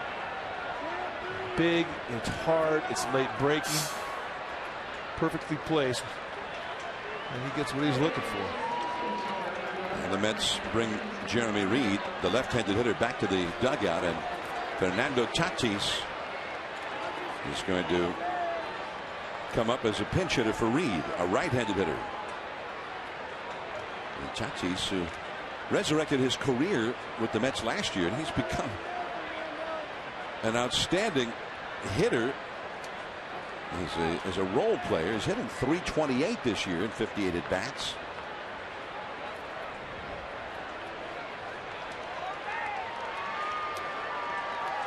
He can play the outfield, he can play the infield, and he can hit. And he can hit, and he will not get cheated. One thing about Tatis, he's going to let that barrelhead go. Jose Reyes, with the pitcher due up next, has come out on deck. Curveball a little bit low. 1 ball and no strikes. There is Reyes. That little leg injury. It was thought that he would be back in there tonight, but they're giving him the extra rest to recuperate. That's one thing great about San Francisco. If somebody has like a leg injury or some kind of a muscle that's tight somewhere, they don't usually play here in the cool Northern California climate.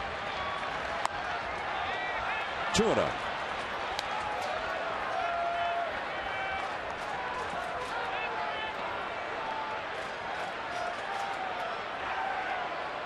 Mets are very short-handed on the bench, with Delgado really not available.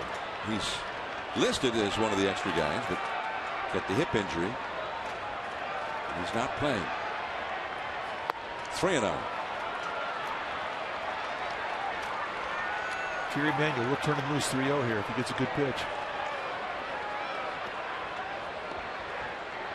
Reyes, who is a very fine hitter and a switch hitter, out on deck. And Bruce Bochy knows that and just says, the heck with it, let's put him on. And now Jose Reyes will come up.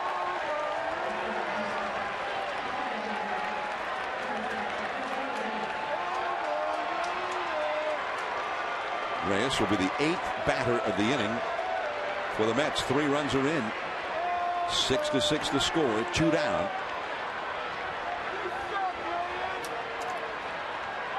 Reyes has only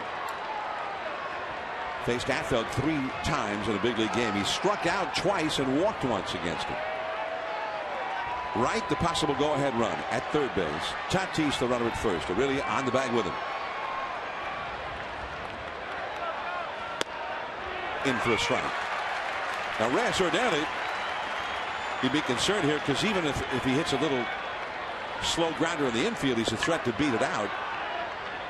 But we don't know how well he's running right now with the little stiffness in his leg.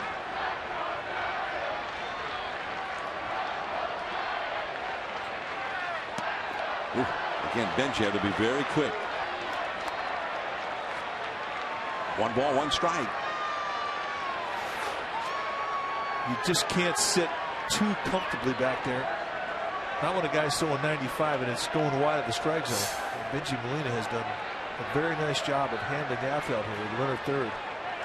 And an excellent runner at third, David Wright, a fine base runner.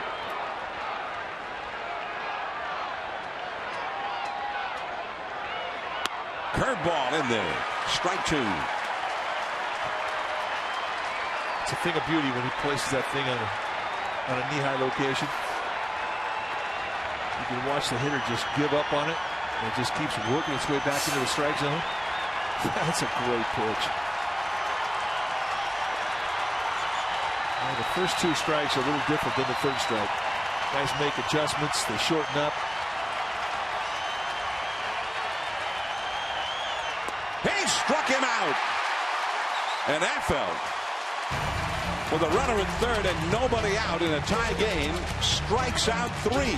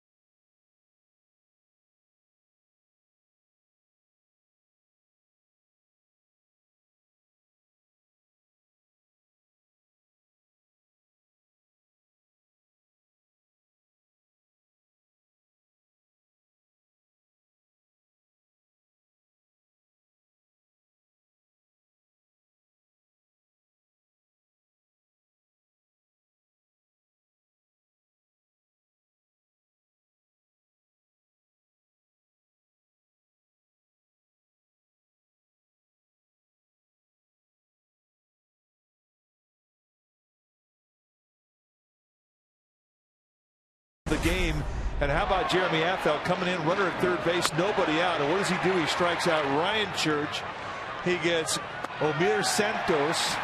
And then he gets Jose Reyes just to stay in shape. He strikes out the side. That run stays stranded at third. And we're going to make that our Lexus pursuing a perfection plays of the game.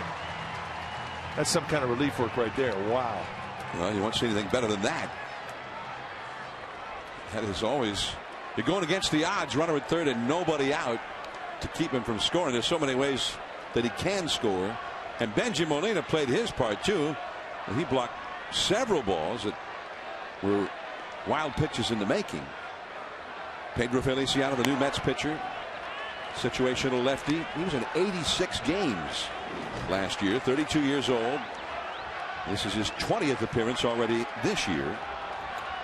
He's kind of a high 80s sinker type lefty who's got the low 3/4 release and throw a slider and a changeup. And Burris chased it and is an easy out. One away. Let's go down to Rajay Mathai. John, tomorrow's pitching matchup here, maybe the most compelling of the season, at least one of the most compelling of the season for the Giants. Randy Johnson against Johan Santana. And Santana, we mentioned his ridiculously low ERA, 0.78, but we should also mention the longevity here. Santana hasn't given up more than 2 runs dating back to his last 13 starts, which dates back to last season. So the Giants tomorrow can expect a measly 1 or 2 runs, at least statistically, off Johan Santana. Guys, back up to you. It'll be the Fox Saturday afternoon telecast tomorrow, 1:10 first pitch, and the ESPN Sunday night nationally televised game on Sunday, a little bit after 5 o'clock. 1 out. Here is Fred Lewis. 2-0. Fred has hit a double past third and scored a run, and he has hit a long home run out near just to the left, in fact, of the 421 sign in right center. David Wright. 2 down.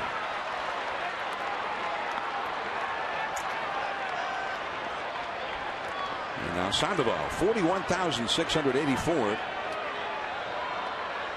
is the paid crowd here at AT&T Park.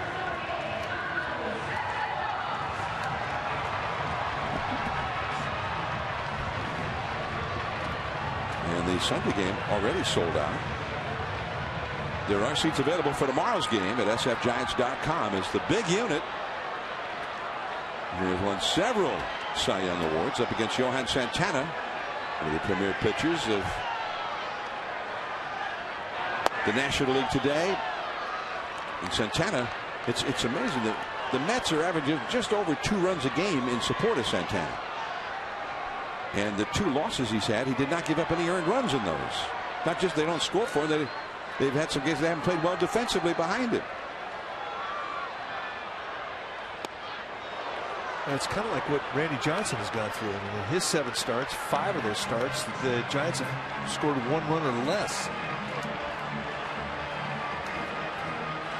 Johnson, who has done his best pitching right here at AT&T Park. That should be a pretty good game. He'll be looking for his 299th career win tomorrow, but up against Johan Santana. 2-1 the count to Sandoval, who has an RBI single. He's also hit a double, and he's hit one back to the pitcher. If he can get aboard, Benji Molina would be next. Mets bullpen is busy.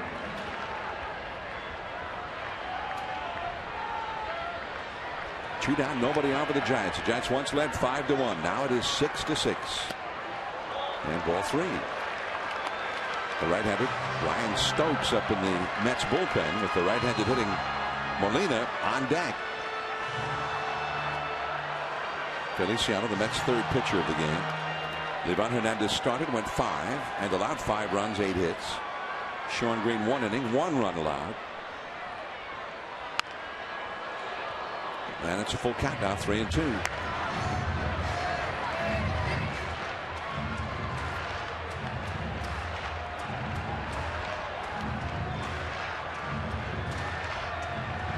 Tim Lincecum was charged with 5 runs in 6 innings plus. He left with a 6-3 lead, but 2 men on base. And those runners were allowed to score. David Wright ended up hitting a 3-run double to tie the game against Marquín Valdez. Then promptly stole third with Affeldt in the game, and Affeldt then struck out 3 in a row to keep him from scoring the go-ahead run. And that hit him. The Mets are going to complain that he swung, and that is the ruling. The first base umpire, Hunter Wendelstedt, said, yeah, you swung, so he will not be allowed to go to first. Bruce Bochy's going to come out and argue this call.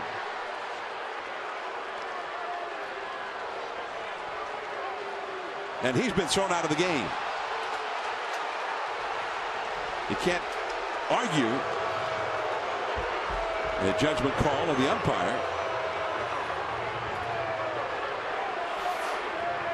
If he swings and it hits him, he's out. The question is, did he swing? No. He did not. And the plate umpire ruled that he did not, but Hunter Wendelstedt overruled him, and now has thrown Bruce Bochy out of the game besides.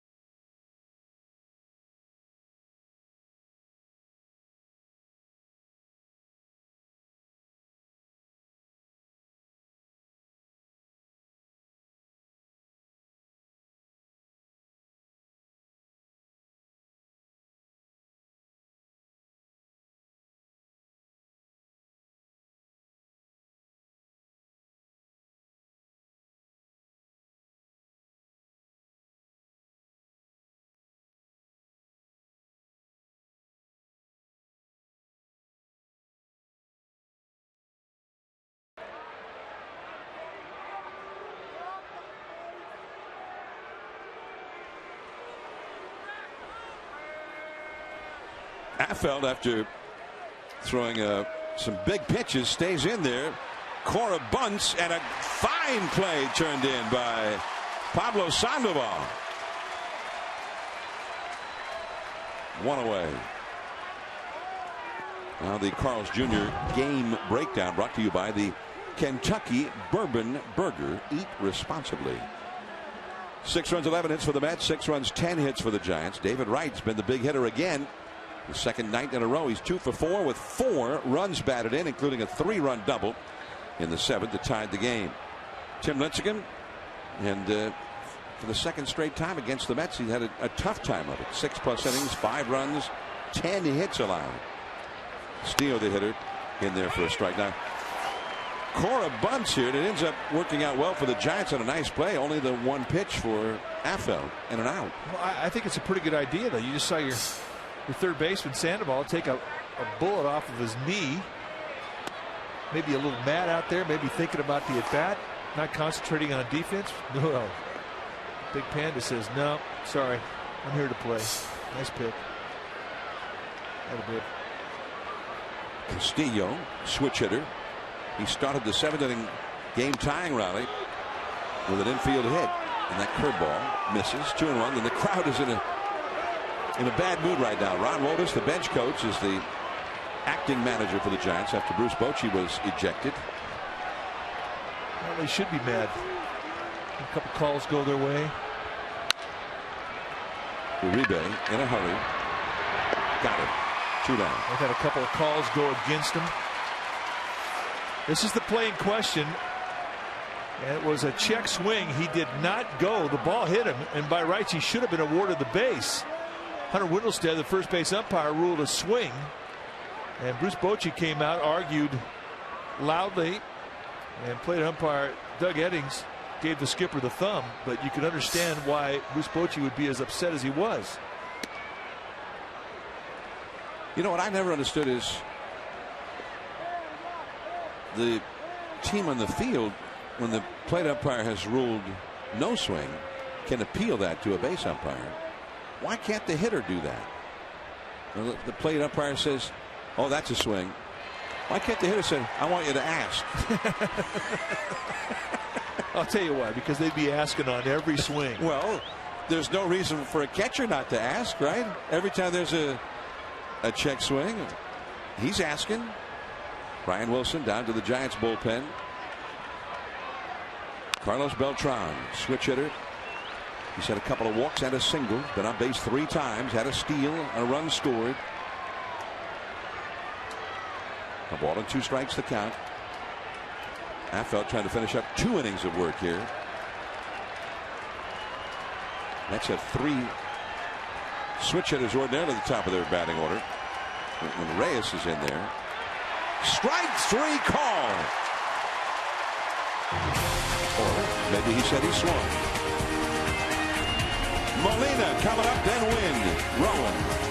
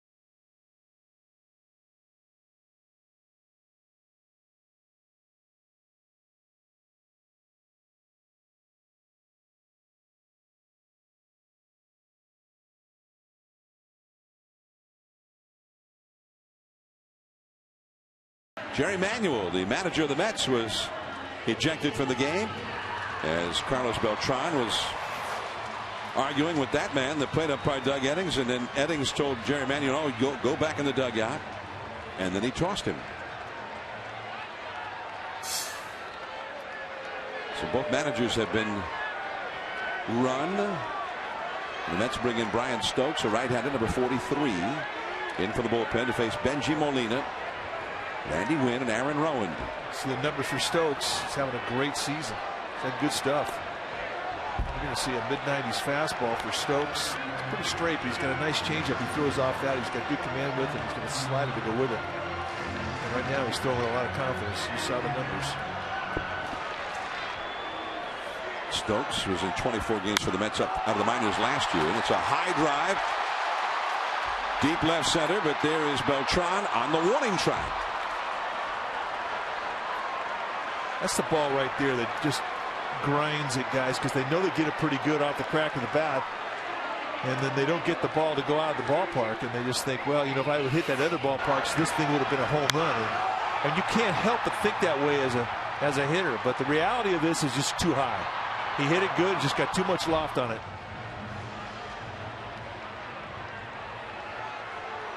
That's why Bruce Bochy was so unhappy when Sandoval got hit by the pitch, and Hunter Wendelstedt overruled the plate umpire and said that was a swing. So it was strike 3 instead. That's a runner on base, and your home run and RBI leader coming up in a tie game. And the pitcher has to face him out of the stretch. I mean, it's a whole different ball game.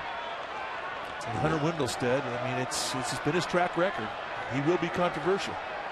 Randy Wynn, high and deep, right center field. That ball is off the top of the wall. He's to second, digging for third. Church throws it in, and Randy with a stand-up triple. Right off the top of the Willie Mays wall.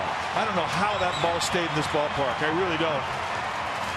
You cannot hit a ball any better than that.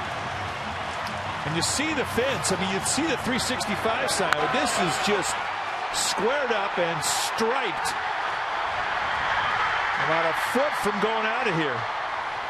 An easy triple for the fast-footed Randy Wynn, but I think Ron Wotus is going to come out and say, wait a second, I think that hit the green.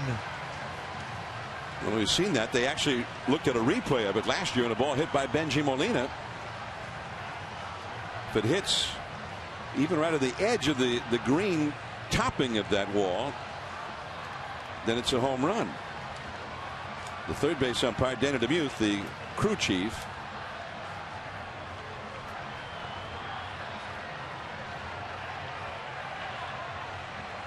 close, and they are not going to review it, and I don't think they really have to. You can see on, if you look at the replay, it's about 6 inches to a foot short.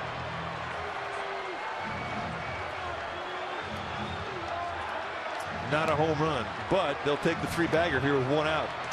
It is an odd ground rule. The metal green topping is not considered the top of the wall, but rather out of play in a home run, even if it just hits the edge of that. See Jeremy Affeldt, he's thinking that thing hit the green. I'm telling you, I saw it. The infield comes in for the Mets, and here's Aaron Rowand, 0 for 3 in the game. 6-6 tie. Slider in the dirt. Rich Aurilia on deck. Rowand had been taking just about every day, comes out early for extra batting practice, trying to work his way out of this slump, trying to knock in the go-ahead run. We got jammed. It's just not happening for Rowand. Those boos are getting louder, and believe me, he hears them.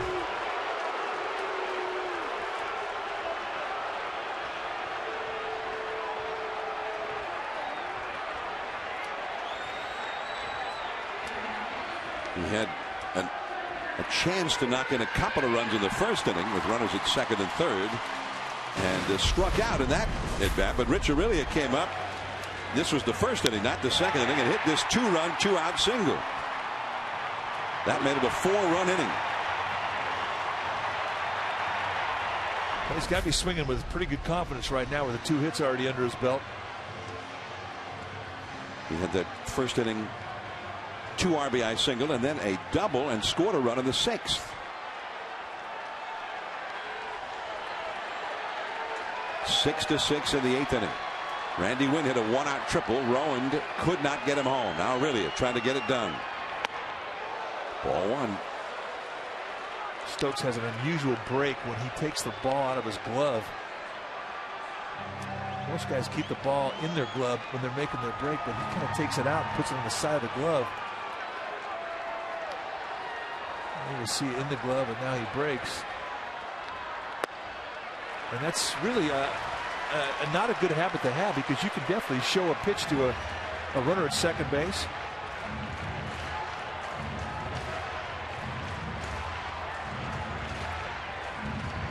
Two 2-0 to Rich Aurilia.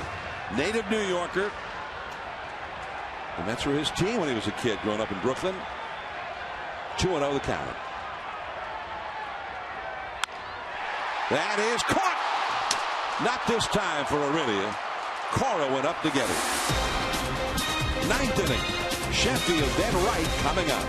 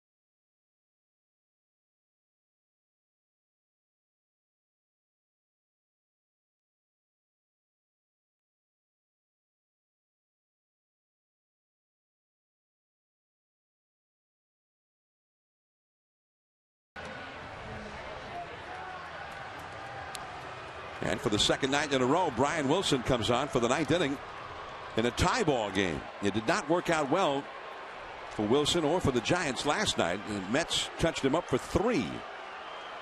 And now the Mets had their cleanup hitter Gary Sheffield at the plate with David Wright, who knocked in what proved to be the winning run last night, right behind him. And there's ball 1 inside. 18th time he's taken the ball this year. 2-1, 4.50 ERA. Not a situation where he can get a save. He's 8 for 10 in that category. Fastball that goes mid to high 90s. And a curveball. Or a slider. He throws it at such a high velocity. It's such a good breaking ball, but pretty much it's been a 2-pitch look for him. Toyed with a changeup in spring, but never really came out throwing it consistently. And now a quick 3-0 here to Gary Sheffield. Great performance by Jeremy Affeldt. 2 innings, 4 strikeouts. Got the call on that one on the outside. 3-1 the count. For the dangerous Sheffield, who doubled in the 6th inning. That's where the Mets comeback started. It was 5-1 at the time. That started a 2-run rally. And he walked in the 7th, and a little bit later scored the tying run on the 3-run double by Wright. Sheffield's going to be in there a lot in the absence of Delgado, at least for the time being. Right past Wilson, base hit.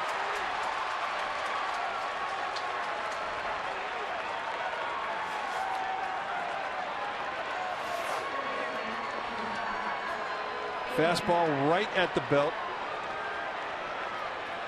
And with a guy like Sheffield, I guess you make a location mistake like that, you probably should be happy it stayed in the yard. Sheffield at age 40. There's Delgado. He's on the roster. He's in uniform. He's just not able to play with a hip injury. He may need surgery. David Wright. And this is the guy who knocked in what proved to be the winning run last night against Brian Wilson.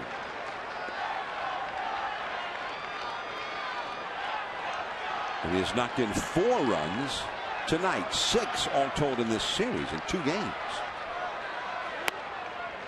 Got the low strike. 1-1. David Wright knocked in a run with a single in the 1st inning against Lincecum.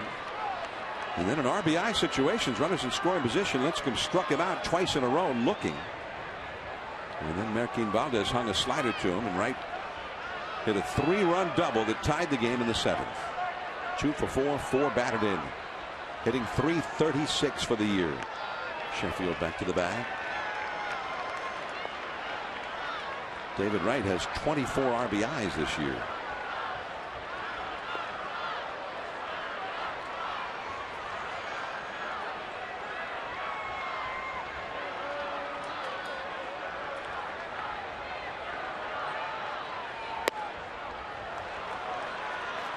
Two and 1.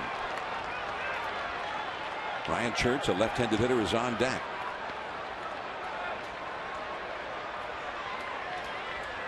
It's a big pitch right here. I doubt that the Mets would put a play on with Sheffield at first base, but still not totally out of the question. He can still run a little bit. Got the call again. Staying on that inside corner. Set right up on the inside corner, and he throws it right between the knees. Definitely a pitcher strike there. He'll take it. You'll see Wright had a few words with Doug Eddings about that low strike. 2-2 the count. I'll go back in there again. I think what they wanted to do there was a little front door cutter. Start that thing off the plate inside and have it kind of come back in and just catch that inside corner. But that's the danger of that pitch. When you miss with that pitch, it goes out over the plate. And with a guy like David Wright, who's red hot right now, I mean, that's a mistake that he can hurt you with.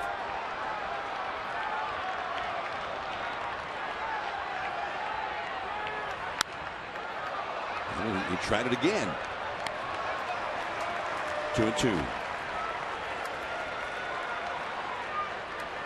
It is odd. I'm with you on this one. You get that low strike on the inside. He's tried that breaking ball 2 times in a row.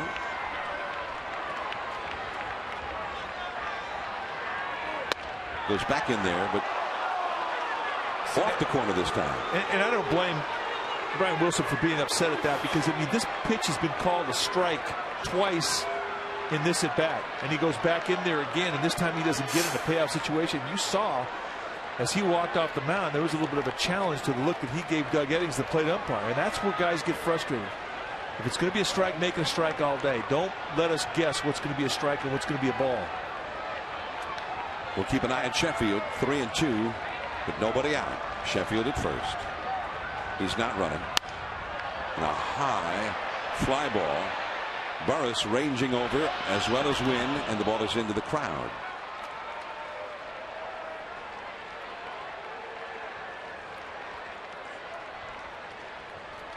The Mets bullpen, Takahashi, a left-hander, is up out there, and Frankie Rodriguez has started to get ready now. There he is, number 75, the new Mets closer.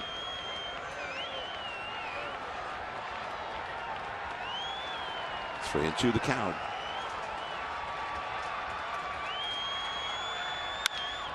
Up the middle, base hit. Sheffield stops at second. Third hit of the night for David Wright.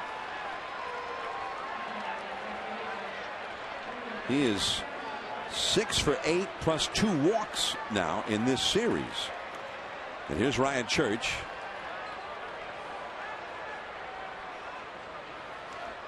Who's had 2 hits tonight as well. Bruce Bochy, Giants manager, has been ejected from the game. Ron Wotus, the acting manager, with Dave Righetti right alongside. Mark Gardner, the bullpen coach, longtime big league pitcher, also in there. Well, the Giants are going to set it up and try and get this out of third base. They've got good speed at first with Wright, good speed in the box with Church, average speed with Sheffield at second base. It's going to be up to Wilson to make sure that he gets Sheffield stopped at second before he starts home here. No guarantee Church is going to bump, but you have to anticipate that he will. He squares. Now Wilson over to third, and it went down the left field line. And the Mets have gone ahead on the error. Moving over to third, David Wright. 7-6 Mets as Sheffield is in to score. They had him at third on a force out, but the throw was not there. Everything's perfect right to here.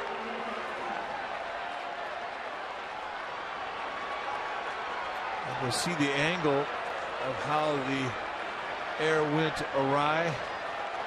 And Sandoval just could not stay in contact with the bag and reach out long enough to make a play. It's going to be a fielder's choice.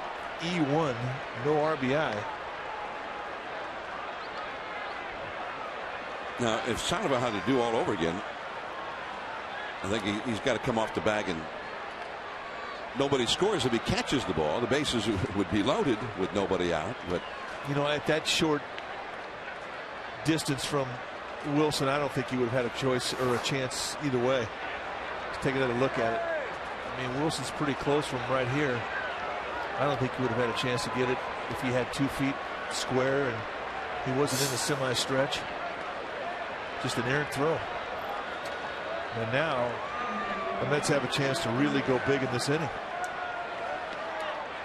Righetti went out there and more or less just calm his pitcher down. Runners at first and third. The Mets not only have 1 home and the lead. It's become a K-Rod game, but they are, with nobody out, in great position to pad that lead.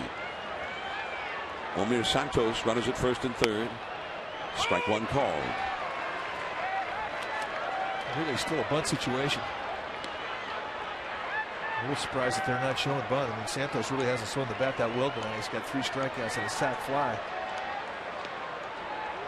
Got a very good hitter on deck, Tatis.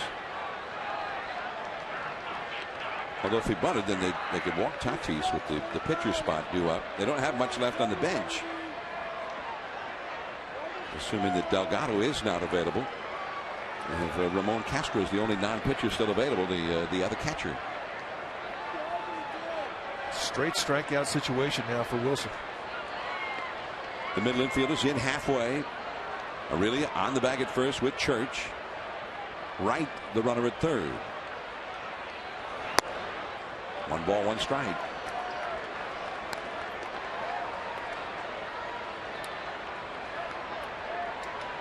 And for Brian Wilson,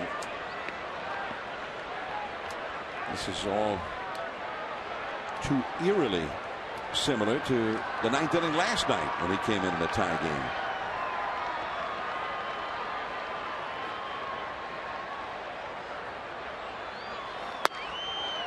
Two and 1.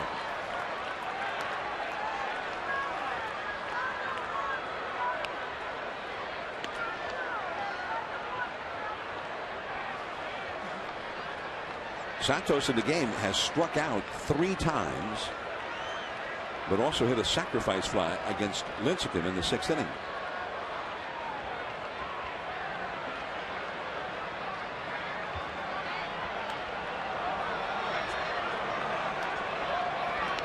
Church wasn't going anywhere. The runner at first. The step back on the bag. Still nobody out in the inning. A run already in. And Church will go.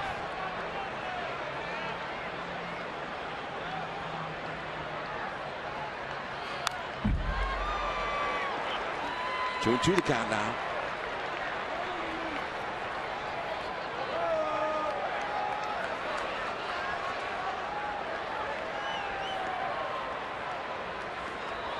Dodgers won in Florida for the Mets atop the National League East. Both Atlanta and Philadelphia, the 2 second-place teams tied for second, have each won their games. And that kind of slider or cutter bounced foul over the Giants dugout. 2 and 2.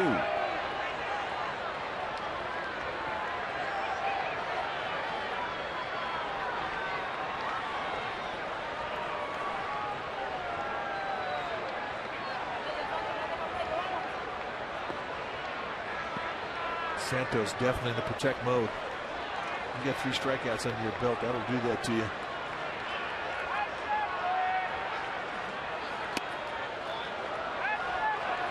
And it's a full count now. 3 and 2. Tried that front door cutter. That's a pitch that he really hasn't been able to grasp this year. It hasn't been a consistent pitch for him to be able to go to that side of the plate. Justin Miller starting to get greased up.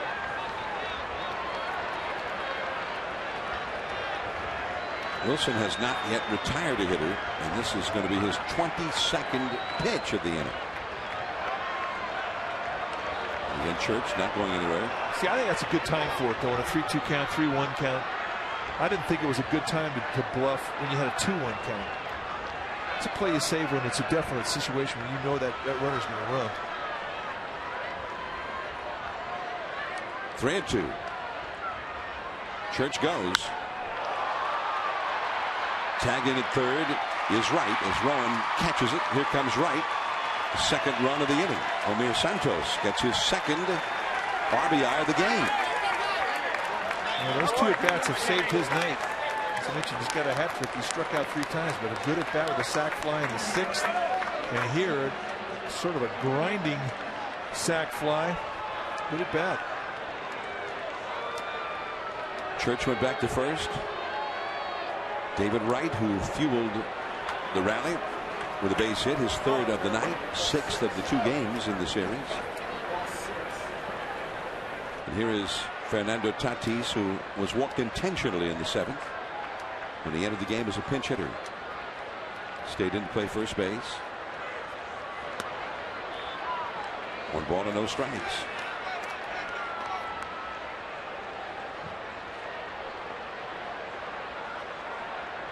Wilson has not had a single strikeout either one of these nights. He came into this series with more strikeouts than innings pitched. Well, that was the importance of introducing the changeup to him this spring, with the idea that if he had the ability to throw a changeup, it would make his fastball look that much better, because right now, if you look at his stuff, it's kind of one-speedy. The fastball and the slider, it's not that big, not that big of a speed variance in the eye of the hitter, and they're not swinging and missing.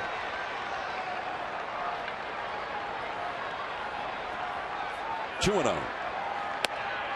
3 and 0. You know, I would think with his release, because he is compact and for the most part he gets out there consistently with his release point, and he can paint.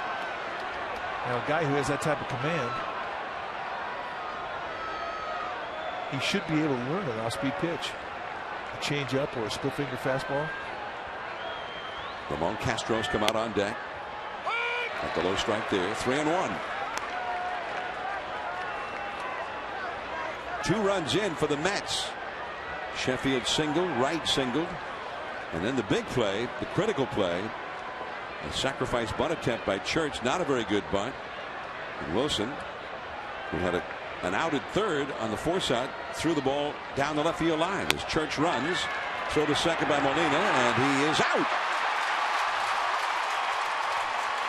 The one thing about Brian Wilson, he's very quick out of the stretch. Always between 1-2 and 1-2-5 with his release point. And that's going to give Benjamin Lynn a chance to shoot runners down. Give him a little opportunity, and he's going to do just this. He's going to throw runners out. That wasn't even close. So 2 down, 3-2 the count. Right along the first base line, fair ball. Right out to Frankie Rodriguez in the Mets bullpen. Randy Wynn fields it, and it's a double for Tatis. The third hit of the inning for the Mets against Wilson. And now Ron Wotus is coming out, and Justin Miller will be brought into the game with Ramon Castro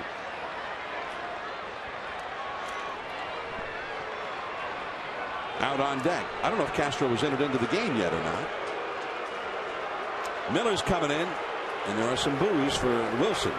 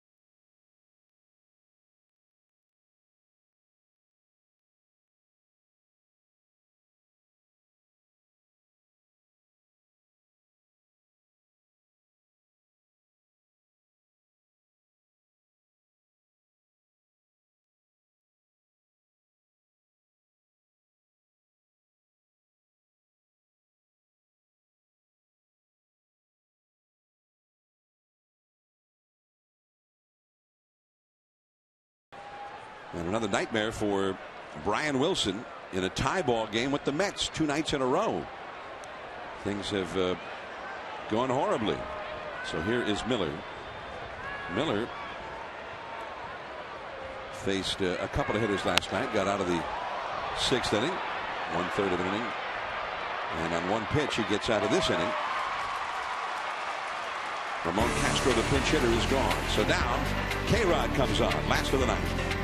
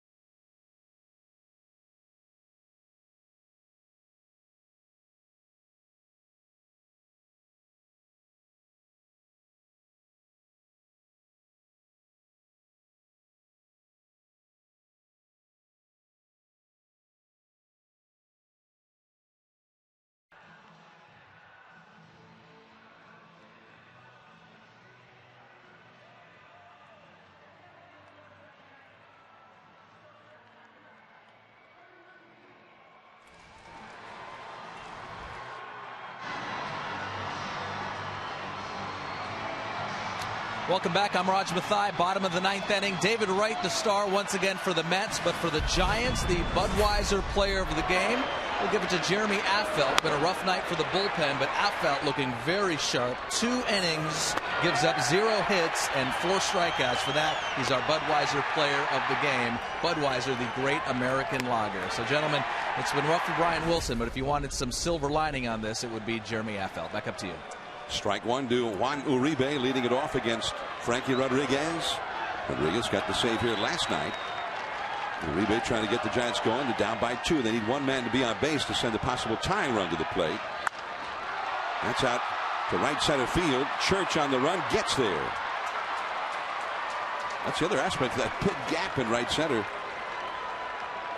Because it's a triple. If you hit it into that gap, it's almost automatically a triple or even an inside the park home run. Right fielders play way over to guard that big gap. So a lot of balls that get hit that would be extra base hits in most ballparks get caught here.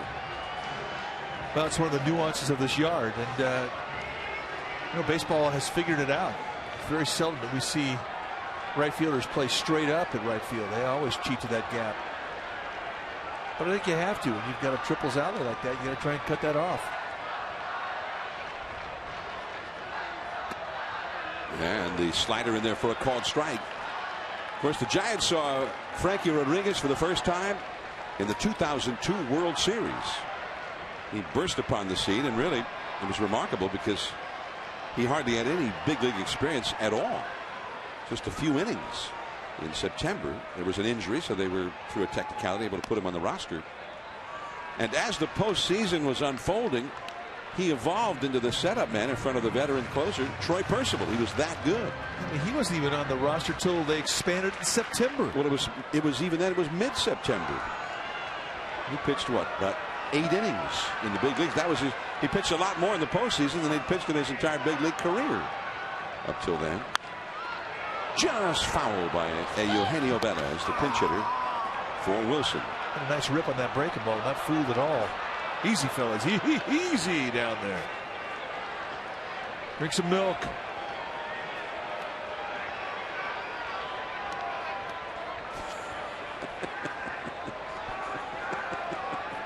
I think all those guys were going to make sure the Mets fan did not get the ball. That was their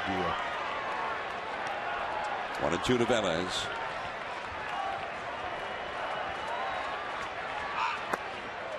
And there's the changeup. 3 pitches, a fastball that goes low to mid-90s, a curveball and a changeup, and every one of them can strike you out. He's nasty, especially when he gets you 2 strikes. When the Giants first saw him in 2002, it was mainly through real hard, and he had that great breaking ball. Now he's one of the best in the game. 2-2. Tatis, Rodriguez covers, and Velez is out number 2. 2 down, nobody out on Emmanuel Burris, who was 0 for 4 tonight. Get another shot at it. The Padres won. It came from behind against the Reds down south. Remember how the Padres had such a fine start? There's Sandoval looking a little glum right now. Remember the Padres were 9-3 at the beginning of the year? Oh, yeah. Giants went down there, ran right into a buzzsaw for 3 games, lost all 3. Well, since that 9-3 start, before tonight, they had gone 4-19. Ooh. And they had not had a win by a starter in 25 games. Ooh. Tonight, they got the win coming from behind. Kevin Correa, the former Giant, the starter, got the win.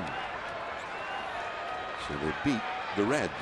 Arizona lost, though. They are 1-6 under A.J. Hinch, their new manager. The D-backs are 10 games under 500. Dodgers won in Florida. Change up off the outside. 1 ball, 1 strike. And the San Francisco Bell.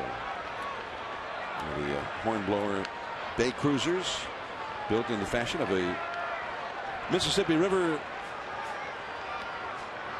steamboat paddleboat, the Mark Twain era. That's a changeup. It's just, the thing about his assortment of pitches is that they're equally effective to right-handers and left-handers. Both the curveball and the changeup, he'll strike both righties and lefties out with them. A lot of guys that use the curveball to righties and the changeup to lefties. Well, not this guy. That's how good his stuff is. Set the all-time record. He obliterated the old record for saves last year with the Angels. Oh. Just tried to somehow make contact. Blown away on a 95-mile-an-hour fastball, and the Mets make it 2 in a row, beating Brian Wilson